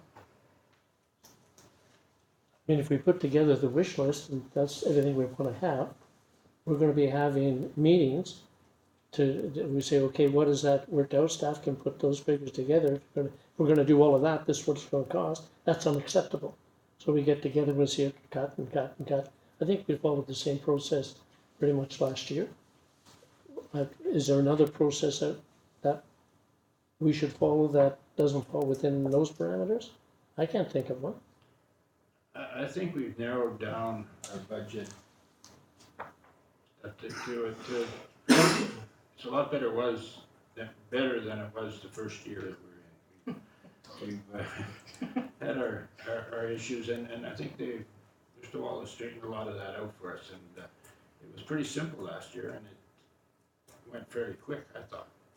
We didn't have a ton of these budget meetings, but pretty good, and I think we got what we wanted out of it. So. If that's the case, that's fine. But we spent a ton of money last year. Last year was like the largest budget we've ever had, if I remember correctly. It was the largest amount of capital spend that the district of Tumbleridge have ever done. You know, that was the concern of this council, is that, okay, and my impression was that we were gonna do this for 1 year to kind of get all our equipment updated and go ahead, and then it was gonna be, okay, now let's take a breather and figure out what we actually need going ahead, and don't buy 12 trucks all on the same day. Space your trucks out so that as they start to depreciate, you've always got new trucks coming in, and it's not 6 as a major spend on day 1, and then all the townspeople come to you and say, hey, geez, why'd you guys all buy brand new trucks running around town? They don't understand the background behind, seeing all the equipment that comes in and why it's all in such disarray. If you're able to, budget it along in smaller increments, it's better. And to me, I thought we could come up with a better way that we find out what is priority, especially for places like Public Works, when they come in and they say, we absolutely need, number one thing, we need a new grader. And they prioritize it to us, and then we can, instead of us saying, well, we don't think we need this, that's too expensive, we don't know. We don't have one way or the other. It looks expensive, but if they say, geez, if we had this, we're gonna save $100,000 in operational costs. At some point, yeah, they're gonna give you your wish list, they want all brand new gear, why wouldn't you, right? But at some point, you gotta figure a spot where it says, geez, we spent $4 million on new rigging last year, it's too much money to spend. You can't do that every year, so how do you set that out? Do you set a set amount that says, we are not willing to spend any more than $1 million a year on upgrading our equipment, or we're willing to do 500,000? Or do we just go with the variations every year of, geez, they need 4 million this year and they need 200,000 next year? A lot of that budgeting process as well falls down to our reserve funds. So we look at the reserve funds and bring that into the budgeting process, and maybe you make reserve funds that are actually utilized for what they're for. And so when you get to the point where you need new equipment, but the money's already there, you've already set it aside. To me, it's reactive budgeting is what we're doing. We come in and say, what's destroyed? Okay, well, let's get new stuff. And just my own opinion. So you're happy with the way it was? No, I understand we had to undertake it. Mr. Wall was able to explain to us why we had to have such a large spend last year, but I'm not willing to go into that blind again this year with another $4 million spend. We can't sustain $4 million spends every year. No, but I mean, the big spend last year was because we had been putting things off for a lot of years to get to where we were last year. That's right. And I don't see that as a problem. Matter of fact, I think it was a good thing. And, yeah. I think it was a necessity. This year, yeah, we could sit back and not do anything and still look like we did pretty good. But, saying, I got no problem with the way it was, or I have no problem looking at a new system like Councilor Kirby brought up that time. But, I guess we gotta make up our minds what we want. My concern comes down to things like what happened where PRC they pull the carpet out from underneath of us and we lose, what was it, $1.2 million in tax base. So Quintet does that, Canuma Coal shuts down in 3 years. All of a sudden, we don't have the surpluses that we were afforded in the future or in the past, and we need to be able to budget further out. And we do a 5-year budget idea, and we don't follow it at all. We completely change it year to year on our budgeting process, and that's the idea of more of like come down with some more concrete numbers. That's $1 million we spend in public works per year. We only spend 50,000 in the community center. We only do this amount unless they come in with a major need. Like, hey, the AC system downstairs went, we need to get that fixed. That's a new priority to us. It's more of a long-range budgeting process rather than looking at it in year by year. Maybe, I don't know, maybe I'm not making any sense here, but.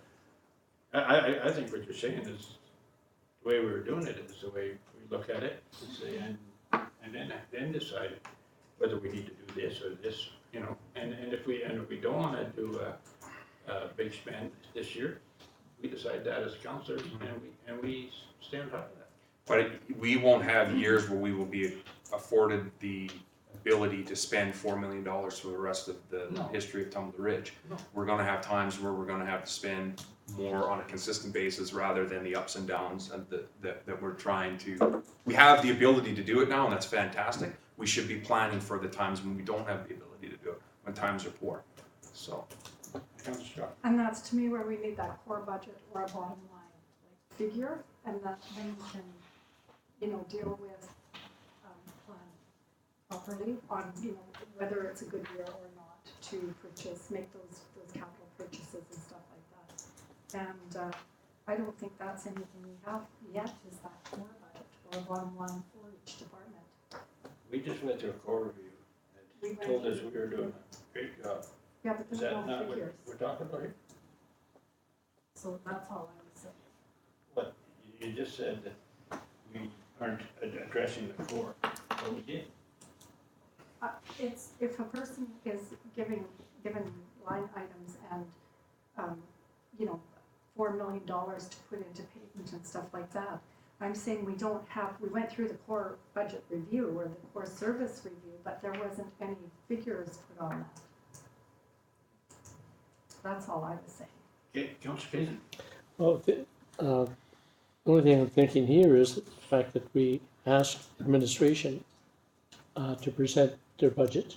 I mean, that goes to our CAO and so on and so forth, and based on what he is aware of, together with his team, things that have to be done in the coming year, without getting any input from us just yet, then he comes up with those figures and so forth, and say, okay, we can get a status report from him. But then when we talk about, I don't know how we can establish how much money we're gonna spend on this year's budget, when we haven't determined or talked about what our priorities are gonna be for this year. Because 1, 5, and 8, and 12 priorities will cost this, and that's gonna drastically affect that, and that's gonna drastically affect the tax rates and so forth. I mean, to me, you have to follow that process through to say, this isn't gonna work. We talked to Jordan and say the administration side of it is too high. And so you're gonna have to go back to your people and cut.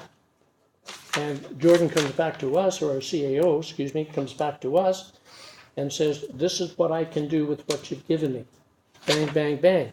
However, you can't do this and this and this and this unless you give me more manpower. I mean, that's the process you follow through. Yeah, thank you, Worship. Just wanted to maybe help council focus in again on your mechanism of change here, because that's really what council needs to focus on, is how do you make the change you want to see. So I just maybe bring council's attention to the back pages of your agendas. So at the back of every agenda, we've got the core service review timeline, which is important. It goes through what came out of the core service review to better make an efficient district, which council said was a priority for administration, so we're continuing to work on that. But most importantly is your strategic plan timeline. So I believe it was last month, council got together, met, didn't make any change other than a minor. I think one thing was added. The strategic plan was left the same. Council's talked about getting together to review the strategic plan again here in November, which is good. But this really is your mechanism for change. If council wants to look at decreasing budgets or operating expenditures, it comes through your amendments to the strategic plan. If there's things here that we should be doing that we're not doing, it comes again through the changes through strategic plan. So council met last month and left it about the same. If we're looking at making those changes, this is really the document the council should be looking at focusing in on, because this is what staff is taking as the important jobs that we have to do, and this is what we will build our budget around. We will build our budget around what's within the strategic plan, and to a lesser extent, what's within the core service review timeline. And I'll just make one more note. For as far as budgeting goes, if council can recall last year on capital items, everything was put into a group, how much we're spending on water. I would suggest that this is, there's water was one, equipment was another. I would suggest this is a good way for council to take a look at it. You have an idea of what the individual projects are, but not to go through line by line and say, staff, you need this, you don't need this, you need this, you don't need this, but to take a look at a group and say, well, here's the total you're asking for on equipment, it's 1.5 million or whatever it is. I'm not, as a counselor, going to tell you you need this piece of equipment or this piece of equipment. What I'm going to tell you as a counselor is you're spending $800,000 this year on equipment. So you figure it out from there. So that opportunity was available to council last year. I would suggest that we continue with the similar method because I think it's very effective. But just for council to focus in on, instead of making those individual project choices, make that number choice, and then staff can prioritize from there. You get it's the best of the both worlds scenario. I'm worried about setting long-term budgeting. I'll give you an example of something that I encountered when I had just started working for the Parks Department in Terrace, where they had done where they'd set long-term budgets and they said you have to spend $150,000 at this place because that's what we think we should spend $50,000 a year here. And I remember working there, and there was a certain amount allocated for the cemetery. And so I kept getting sent up to the cemetery and having to do work there. And I told my boss, there's absolutely no work that needs to be done here at the cemetery, but there's a whole bunch of work that needs to be done at the park. I don't want to sit on my butt all day. Can I go down to the park and get this work done? And what I was told was, no, you're going to spend the $150,000 this year at the cemetery because that's what's been allocated at the cemetery. So that's where you get into dangers on doing that long-term locked-in planning, where you don't allow the fluctuations from year to year. And myself and that, I think that's your opinion on it, and I take a different opinion on it. I'm not saying that if we said Public Works can only spend $1 million, you have to spend right up to $1 million on it. You can do it for 800,000, fantastic, way to go. But you set an upper limit. And if there is something that comes out of the norm, our grader burns down, we don't have it insured, and now we need to be 1.3 million this year, that's something that can come back in. But what I'm talking about is instead of previous councils to this, allowing stuff to slip through the cracks, or previous staff allowing stuff to slip through the cracks, so that when I get in the seat, that I've got to spend $4 million taxpayers' dollars to get us back on track, that doesn't happen again 2 years from now when we don't have $4 million to spend. And the idea there is find out the assets that we have that we want to replace or fix. Not talking road assets, I'm talking the community center, building envelopes, the this and the that, and then set up funds for that. Like, we already have those funds set up that we, in my mind, that we don't really utilize them for that. You know, the I can't remember the proper name. Statutory reserves. It's reserves, right? And that's kind of what I'm leading towards here. Yeah, it's a little more work in the beginning to get it set up that way, and maybe we're not going to cover every base with it, but at the end of the day, it doesn't give you those one large off spend. You know, Councillor, I just want to make, what I was talking around was on the operating side. On the capital side, that is what we're moving towards. It's part of the core service review to set up those statutory reserves, where what we're doing is we've replaced our assets. Now we're putting that into our new GIS system, our new asset mapping system. It charts the depreciation as well as the maintenance costs you're going to have to occur. And then our goal is, once we have those in there, is to work with finance, create statutory bylaw reserves. So every year, what you're doing is putting a known capital amount away, so that when that infrastructure comes due, you have whatever percentage. And that's what council's going to, how much do you want? 70% of it saved because you're going to get 30 through grants, and 10 the new generation will have to pay for. But that is 100% the goal of what we're working towards. with the intent of being close to having enough money when the day comes when you got to replace it. That's correct. That's what I'm talking about for this budgeting process, and if that is the course that we're going, that's one of the discussions I wanted to have. Fantastic. And that is the way we did it last year, and I think it worked out great for us. And yeah, we spent a lot of money, but we were way behind too. And those reserves were there. A lot of that stuff was paid, the money that we set aside to buy those pieces of equipment or whatever. On the equipment side, we have the statutory reserves. On our other infrastructure, we don't, but we realize that we don't have them, and that's the goal of what we're doing. We're trying to replace what we have, and then once we have replaced it, we'll know what the depreciation costs are going to be. We set up those statutory reserves, and then it would be up to, then it's out of staff's hands. We'll give you the number that we think it's going to cost to repair this and maintain it and replace it, and it'll be up to council to set the tax rates in order to do that. So then staff would set up the reserves, right? Staff would come in with the recommendations to say, for instance, the water treatment plant. We need to set up a reserve for the water treatment plant that we think its usable life is done in 25 years.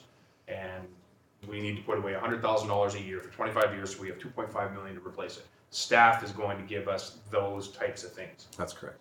Okay, fair enough. So I kind of hear that we're okay with the way the system's going, and we're stick with it. I'd still like to see an upper limit myself. I don't like the idea of having. I didn't feel comfortable with spending that amount of money. I knew we had to do it based on the information that staff provided, and it was good recommendations and all that. I just don't want that to hit us 3 years from now. But that's up to us. I mean, that's for us to make that upper limit. We decide what we want to spend. Yeah, no, but that's just picking a number from the air. What I'm saying is that if we had better reserve funds and planning for all the assets going forward, we wouldn't be hit with, we need all this stuff this year, because it's been planned out better, right?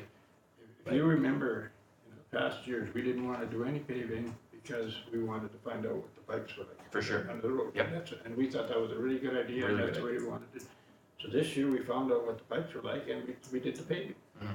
That was the plan. That's the way it worked out, and I don't see anything wrong with that. There's nothing wrong with when you have the money to do it. Absolutely. When you're cash flush, works great.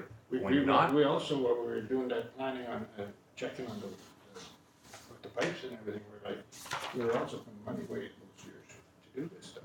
So I think, and when they did the core review, they thought we were doing things right here. So is everybody okay with the way the budget was done last year? We'll just do it again that way?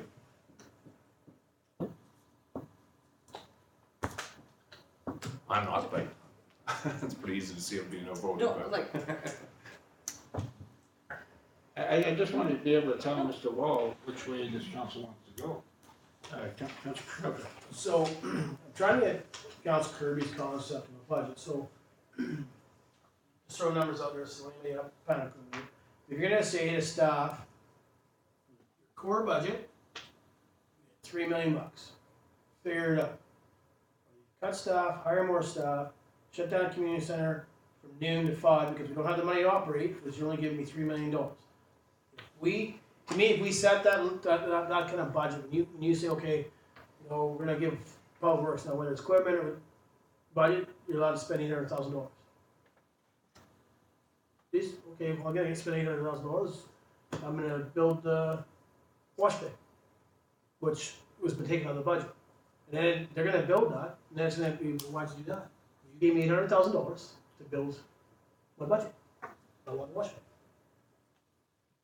So I think what happens with that, just my own concept is, you know, we sit up here and don't do this, and I was totally opposed to the car wash, and that's why I brought it up.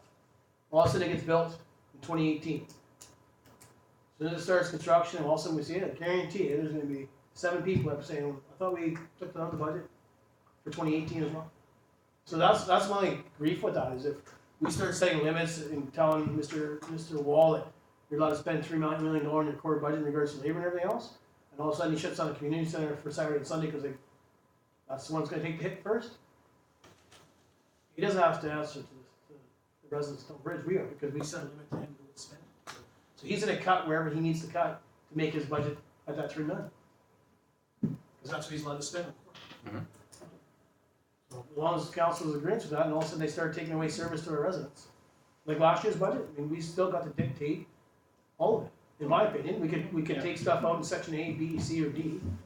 We still get to see what the tax rates were gonna be to our residents and decide that, no, that might be too high, or might be move around here, or add a bit more to this sector. I don't know, the setting the limit thing, or, and maybe I had you wrong, Councilor Kirby, what you're thinking, but that'd be my. thank you, Worship. I think the whole point of it was just to start a conversation on how we can do the best for the community on a budget. And whether it could be, you know, sometimes when you have a set budget, you actually do absolutely what's necessary. I mean, it's just a way of looking at it, tightening up, you know, not overextending. Like if you don't have a limit sometimes, and everything's coming into that budget, but if you tighten it up a bit, I don't mean drastic, I'm just looking at different ways to do it where we're gonna see a little bit, I don't know, it's just, you know, this is year 3. I just like to have the conversation, and this is how you have the conversation about budget, is you bring it up and see where everybody's thoughts are, and then everybody's made good points, and that's why, you know, when I say this idea, you're telling me, and I'm learning from it right there, and to work with staff and figure out to the incidentals of, you know, you start getting every little thing, like, you know, they're putting every little thing down to the last, and I get it, but, you know, if I'm given a budget, it's hard to pick what's really necessary, but if I can put everything I want, of course, you're gonna get maybe 2 things that you really, ooh, I got those. You know, I'm just, you know, really just kind of tighten things up and do things that really need to be done. But tightening up, we can still do that. Yeah, Right, and we can be opposed Yes, to buying right. 6 new trucks, buy 4, buy 3, Which we did. right? Which we did, like, you know what I mean, we did, that's our way of Yeah. saying, no, we're not gonna spend on it. Yeah. I mean, if you wanna look at quarters, there's ways to go back to Mr. Wall and say, listen, Yeah. last year you spent Yeah. $10 million, wanna see you come in at 8.5. Yeah. Like, we can do that, and he's gonna come back and say, okay, so you want, I'm allowed to spend $1 million or more, I'm allowed to spend $800,000, well, I'm gonna cut this, this, and this, is that what you want? That can be done, in my opinion, and I know our first year, Mr. Wall wasn't here, but I mean, we went line, and we cut up tons of stuff. And then we added tons of stuff. So, I mean, I'd like to have that discussion maybe with you, I mean, whether it's here or whatever, but to see what you mean by putting, if it's a dollar value per department. Like- To me, those departments that come back and say, okay, I can cut, but, so you, I mean, court budget, okay, we can cut, but before and please, I know the staff, no disrespect, the first thing before I start laying off the front girls up here, or, you know, I'm gonna start cutting services. I'm gonna cut down the ice rinks, I'm gonna cut down the curling rink, because we can't afford to keep it operational, so we're gonna shut it down 5 out of 7 days. Golf course, I'm not running the pro shop next year.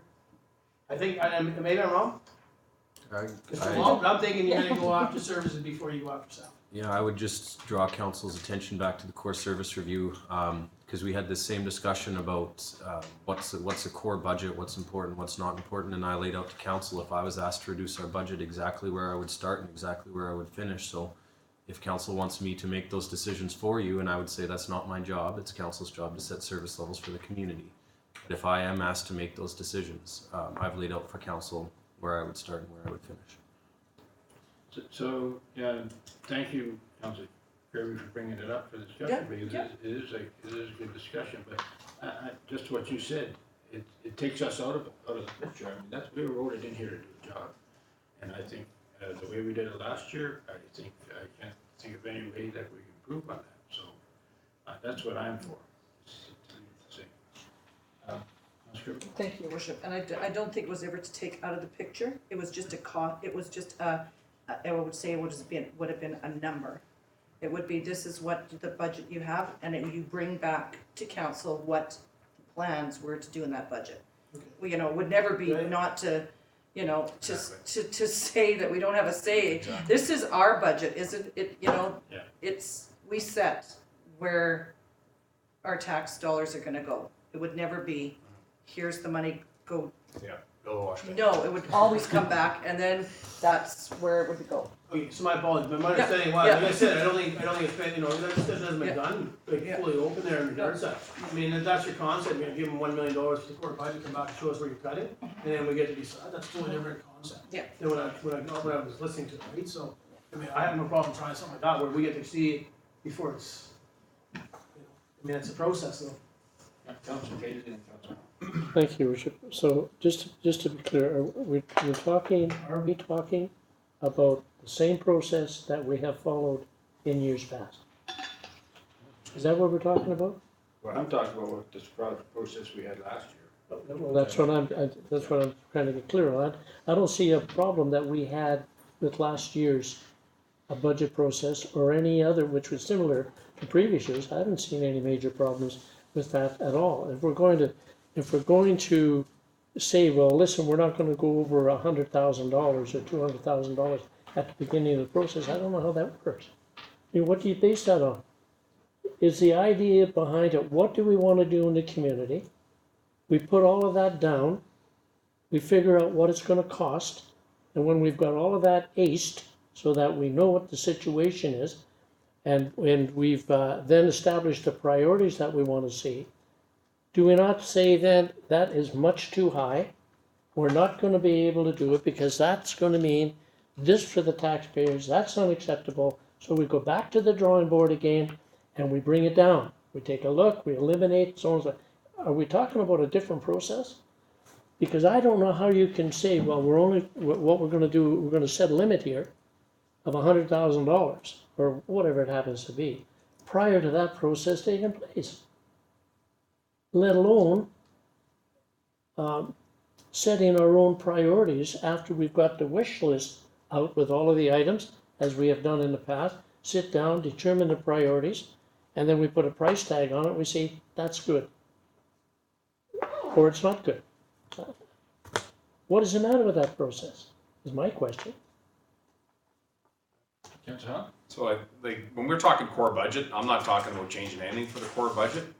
What I'm talking about is when we get into the equipment revitalization, the special projects, like you're talking about, Councillor Casely, are completely our choice special projects. What I'm talking about is when staff comes in with their requests that they say they want to spend $4.3 million on new equipment for snow plows, for trucks, for garbage truck, for this, for that, is to have a limit on that amount per year, so that when the time comes where you don't have unlimited funds, which is slowly being whittled away since I've been in here in council, we're bringing in less and less money in taxes. $1.2 million loss in revenue last year is a great big hit that we don't continually ever to talk about. Nobody seems to worry about that. But core budget, not interested in asking Mr. Wall to come in and say, set your minimum at this and then do whatever you want. More along the lines of the equipment and the purchasing and the special project stuff that we had to, that's where I'm looking to set a limit and have that limit stretched out over a longer period of time. That's the portion that I'm talking about. I don't like replacing all your assets on day one, because then when day 20 comes around, you gotta replace them all again.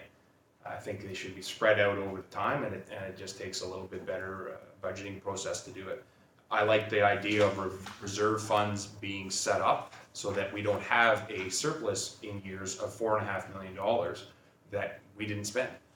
You know, the whole point of being in here is to spend the right amount of money, and if you feel comfortable keeping some surplus for asset management purposes, which we all feel is important for down the road, then you have to do it. But I also don't think that you need to not have money allotted to where it's going to go. To me, it goes into a big slush fund, and then when we're ready, yeah, we want to spend $4 million this year, go ahead and spend it. That's the way we've been doing the budgeting in the past. To me, I think, like Councillor,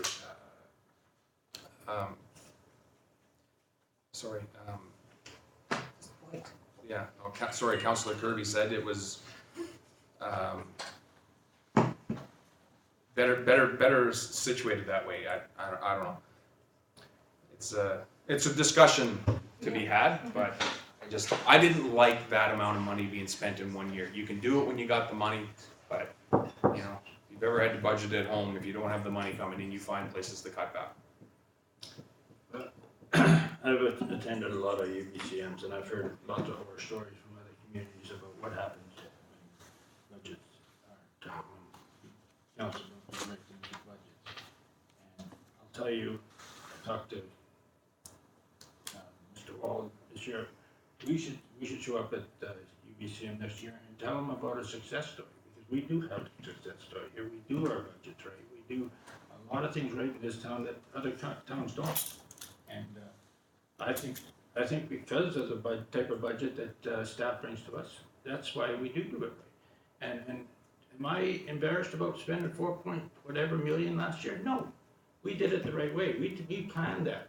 We made sure we were doing it when it should be done, and we did it. And when you're talking about the paving, I agree with you. I'm not talking about the paving. I'm talking about the replacement of all assets in the town in 1 year. Yeah, but it's a instant town.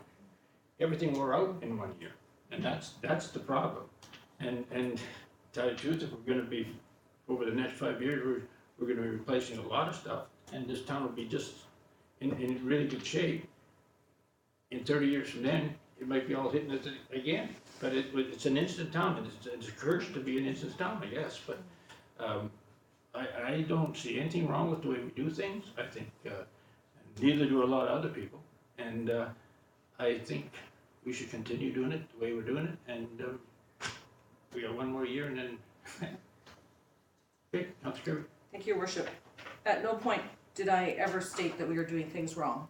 No, I'm not. Just so you know, and that's to staff also, this is a chance, when we have these kind of budget discussions, they have to be an open council, and that's all it is just a conversation on moving forward and budget for this coming year. Okay, what are we gonna tell Mr. Walls to? Are we gonna continue doing it the way we have been doing it, and Yes, my vote. okay, hands up who wants to keep doing it the way we've been doing it? Okay, that was enough to you got direction. Thank you. That was a good discussion. Notice of motion, there is none. Council business, is there anybody else wants to share with council?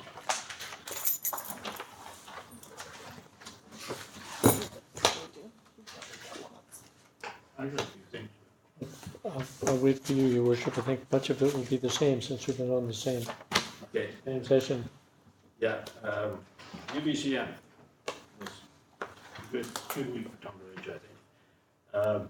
We, myself, John Casey, Councilor Mackay and Mr. Wall were down there. Um, We had a video set up that we could show these new ministers, NDP ministers and the Greens, what Tumbler Ridge was all about. It knocked their socks off. They couldn't believe that what we're doing up here. We're gonna have some visits by ministers, I'm sure, over the next year. The Green Party thinks we're just fabulous. They're gonna talk about us in the legislature. She's gonna bring it up. It went really good. We got to talk to the premier, just about every minister that we are really concerned with, we talked to. They brought up with the HD thing, they are pushing that. It is a priority for the mining ministry to get that through the federal government. And that might entail a visit with, from our council to ministers in Ottawa, to MPs in Ottawa, that to push it a little farther, because they do want our support, and we talked about doing that so that they can't say, well, we talked to, well, like they said last time, we went there and they said, oh, it's a provincial government issue. They can't get their stuff done. And when we talked to the provincial government, they said, no, we're good with that. So it might come to a trip down there, but we'll see where that ends up. And I gotta say again, that the video was just the best thing we ever did, because it just showed, you know, a bunch of talking, 3-minute video just showed exactly what we were about. While we were down there, we had meetings with Kanuma, and was their 1 year celebration. They gave us this here in Town Hall. It's Kanuma Resources, Kanuma Coal Resources, and it celebrates their partners, and that's what they consider us, as a partner in what they did. And here, Mark Bortowski talked about it. It's really, really well done. And the reason it was done in Vancouver is it was a Coal Canada forum down there, and they did it during that, and they praised Tumbler Ridge big time, how we've helped them through their issues with CN and all that other stuff. So felt pretty good about that. HD, we had a meeting with them. They're same thing, they're waiting for that federal permit. They're pretty happy with some of the things that we've done as a council too, so hopefully we can get that pushed through here fairly quick. I wrote down meetings, so I've already done that. Those 2 extra meetings that we got. Yeah. Can you add any more there, Mike? Just a couple of things, Your Worship. Again, we listened to the Premier's speech and so forth, and he talked a great deal about the number of funding commitments to curb the major drug overdoses that they're having down south. $15 million in the next 3 years for a community crisis fund to support community-based programs, expanded hours, and new addiction clinics in Vancouver, Burnaby, Chilliwack, Abbotsford, Mission, and Langley. They're seeing with the opiate crisis and so on and so forth. They're really having a very, very difficult time with that. Also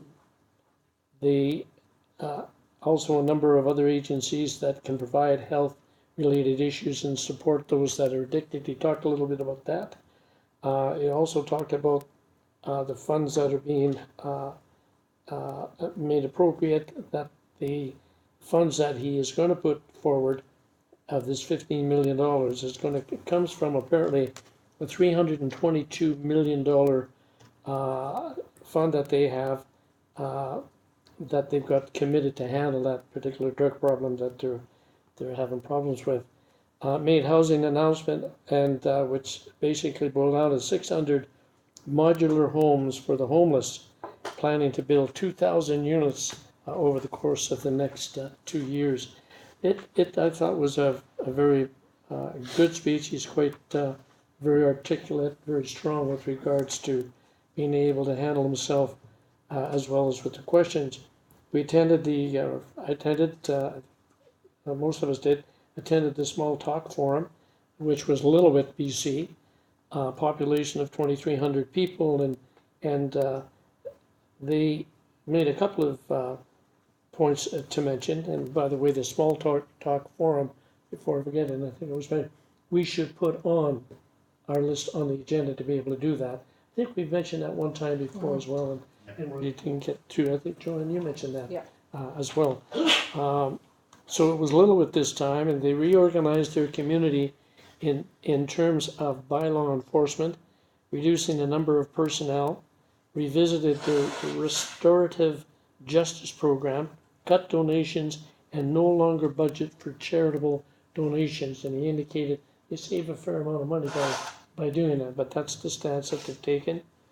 There was another one we went to, which was leading through crisis in flooding and fires. Mentioned the worst fire in 60 years, with over 35,000 people impacted. And Prince George also indicated there that they, while these wildfires are going on, they accommodated 10,000 people immediately to help out and to pick up the slack, which was really quite remarkable. And Mayor Lynn Hall had a few comments on that, but 10,000 off the bat. Didn't know about it yesterday, but today gets the call. That's what they need. So they brought 10,000 people in. Quite the accomplishment. Another session I attended was ending violence against women. The major point that was mentioned there was good people are choosing to be silent, and the major emphasis on that was be more than just the bystanders, and it was the BC Lions representatives, the football players, that actually put that session on.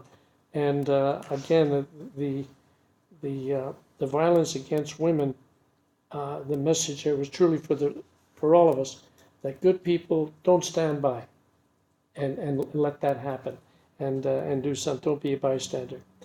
And the other meetings and sessions that we covered off were communications and infrastructure, social media, and a number of cabinet ministers meeting, which is worship, as mentioned on. All in all, I thought that it was worthwhile. Busy, but I think we accomplished not only got a sort of a state of the nation, but also accomplished with the ministers' meetings what we had hoped to be able to accomplish. So that's my report, Your Worship. I did miss a few things. I'd like to make a motion here that we direct staff to work on, come back with something that we can bring up at the Small Talk Forum next year and give our success story and talk about Tumbler Ridge, because I think a lot of people are very interested in that. So I'll make that motion, so I can give a second. Councilor Kirby? Any discussion on that? All in favor?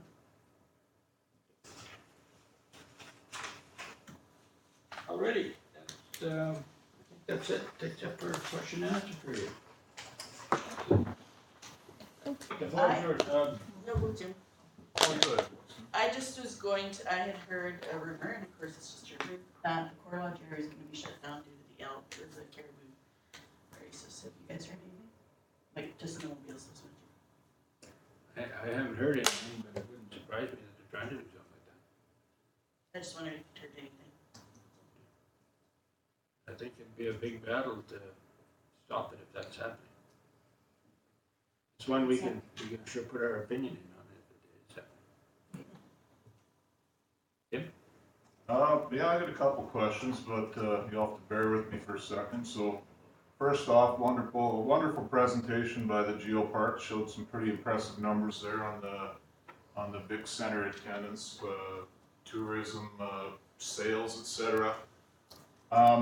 That being said, the Geopark is a wonderful representative of Tumbler Ridge, obviously, but they're not the only, obviously, representative of Tumbler Ridge and tourism in this community. So the Chambers worked extremely hard while running the VIC on that particular thing. So example still standing. That was a Chamber initiative that basically was a half-hour CBC commercial on Tumbler Ridge. I mean, you'd pay millions to have that kind of exposure. a large percentage of the visitors coming to Tumbler Ridge, or a big portion from what we understand, are now saying they've come since they've seen that show. So huge exposure there, chamber initiative. Another chamber initiative was the JCP project. Opened up a bunch of trails, built a new trail. Recreational tourism, motorized recreational tourism is expanded big time in this town. You go out to the OJ on any given weekend, or the Bull Moose, huge groups out there. All that money coming into Tumbler Ridge, more tourism. I guess my point is, it's just not people here to hike and see dinosaurs. So that being said, one question I have for council is, with that being said, any savvy investor knows you don't put all your eggs in one basket. So question two, that was question one that you can answer in a minute. Question two I have is, first of all, I have to say I'm a little bit appalled, and I think it's a total lack of respect for a hardworking board of volunteers that the chamber is thriving in this town. We have the highest percentage of businesses per capita of any chamber in BC right now. And the VIC numbers speak for themselves. So I guess my question is, why would you not respect the board enough to ask for a presentation from the VIC, or sorry, from the chamber continuing to run the VIC, and just basically make a recommendation for the Geopark to do it? We find it extremely disrespectful, and that's my question, is why would you put all your eggs in one basket and not even ask for that? I'll answer this second one first, and I have asked your chamber manager to present to council on numerous occasions, and I think it's happened once in the last year. And I don't know what more I could have done. And, what was the first question again? Well, just kind of, why would you put all your eggs in one basket and have one group basically represent everything? Run everything, I just don't understand that either, really. In my view, the Geopark is pushing this town to tourism levels that's at.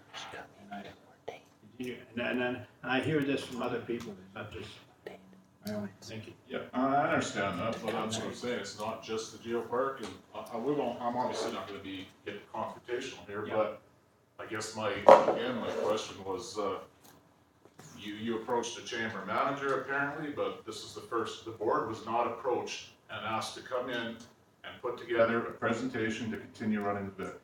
I talked to the president on numerous occasions again, and said what I had said to the manager, and nothing ever happened. So, you know, I just, I don't wanna argue here. I guess our understanding was the meeting Wednesday, that's what it was for, and then all of a sudden we come in here and there's already a recommendation on the table. That's what we Thank asked, goodness it was tabled, the councilors have voted that's for what we that. asked staff to do at one point, so, you know, on the 4th, we'll have a good discussion on this stuff, because we'll all be there, and it can't be he said, she said type of thing. So, No, of course not. Councilor Casey? Just for confirmation, that the chamber is coming in. Yeah, it is coming Coming forward. Yeah. Yeah. Yeah. Okay. Just to clarify what you just said, Councilor Casey, yeah, we are coming in on the 4th, but my point was the recommendation tonight had been to award it to the Geopark prior to hearing from the chamber. That was my beef, or my question. Okay, thank you. Anything else, Rafa? The Share Shack and the bins, when can we see either or both? Anybody know? We'll do budget discussions, so. Bid's October 16th. Oh, the bins already have, but the share sheet and budget, I think, isn't it? It's update to be determined, but it was added to the strategic plan July 10th. Oh, okay, I just thought when you guys approved it, that meant it was gonna be, so I've been kinda watching for it to show up there. And then the bins, I knew they were coming because they're posted, I was kinda excited for them. Yes. Yes, Sarah. Right. I just have so speaking to the agenda item about the fire breaks around town, and I just was curious if council was actually aware that both West Fraser and Canfor and every other big logging company in the area has a 5-year plan, and every year they add a year to that in advance. And so those blocks are being assessed and laid out 5 years in advance. And right now, for example, Canfor has blocks that go right to the roadway on the Murray Forest Service Road, because the Forest Service roads aren't required any visual boundaries. So it's just a question I had, that if you guys were aware of that. In my opinion, that's actually a tourism asset, that road going to Canoe Falls. And I just thought I'd ask if you guys meet with the forestry individuals regularly and aware of those 5-year plans. We did bring that up with the minister in UPCM, and they seemed a little concerned about it. I guess we'll have to see what happens from that. But there's issues like you're talking about there that bring that to council, and we'll send off a letter that we don't agree with that one. You know, this isn't done. We don't have a whole bunch of say in that. All we can do is talk to the provincial government and see if they can change their plans. But Sure, I guess I was just curious if like I know, for example, the WMS, Wolverine Northern Mountain Society, is considered a stakeholder if there's a cut block within the trails. I was just wondering at what level the District of Tumbler Ridge is considered a stakeholder, and forestry companies are required to actually engage with staff or council, because it's great if you can pick up the phone and say, hey, you know, I mean, in this case, it's standard on forestry roads to be able to cut right to the edge, but I don't think this is your run-of-the-mill play on words forestry road. this government is pretty sensitive about this stuff. So you know, if there's something that can affect tourism, we can go and say that, because we did say that we'd like this community forest to be involved in the areas that can affect us on our pristine forest type thing up here because of the geopark. So, and then they did agree with that, so. Go ahead. Just like, we actually had them in as a delegation, we've asked them, and I'm not sure if they've ever supplied staff, but for their cut-off plans. We know some of the ones they produced here in their delegation, but we actually asked that, and I'm not sure we've ever seen that. Canfor or them. Which that's So we asked them about their 5-year block plans. I believe it was Councilor Mackay.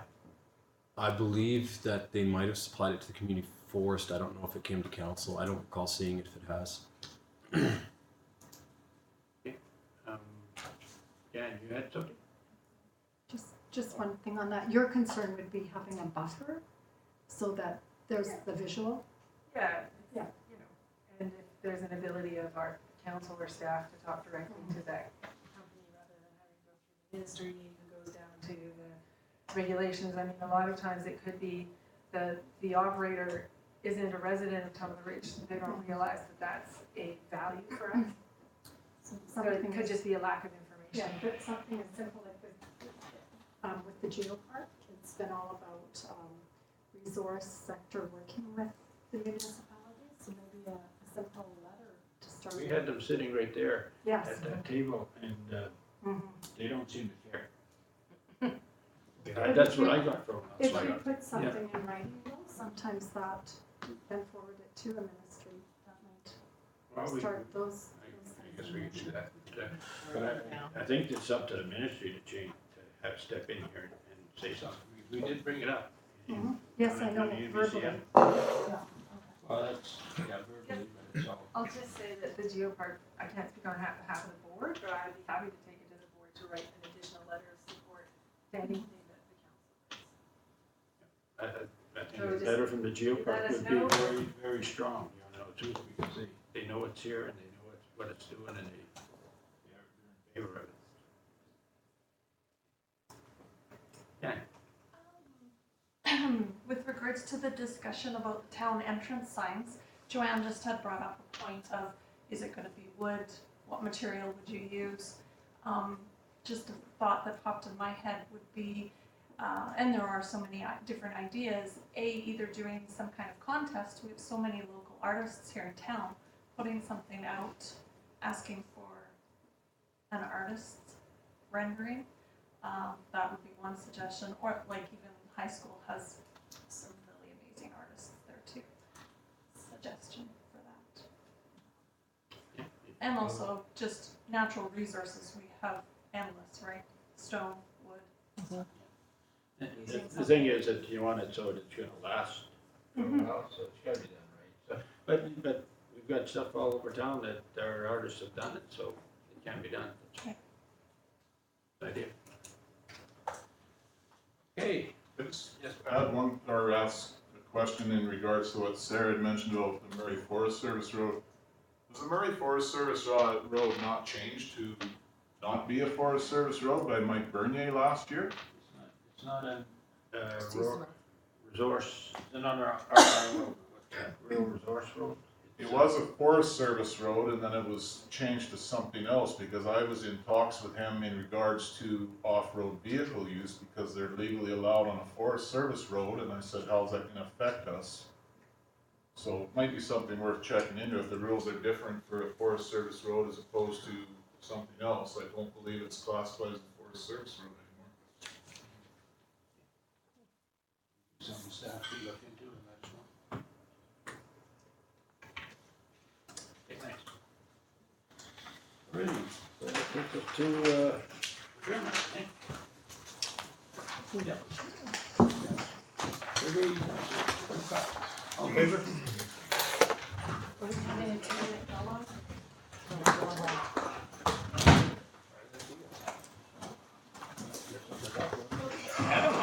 We just haven't done it for a while.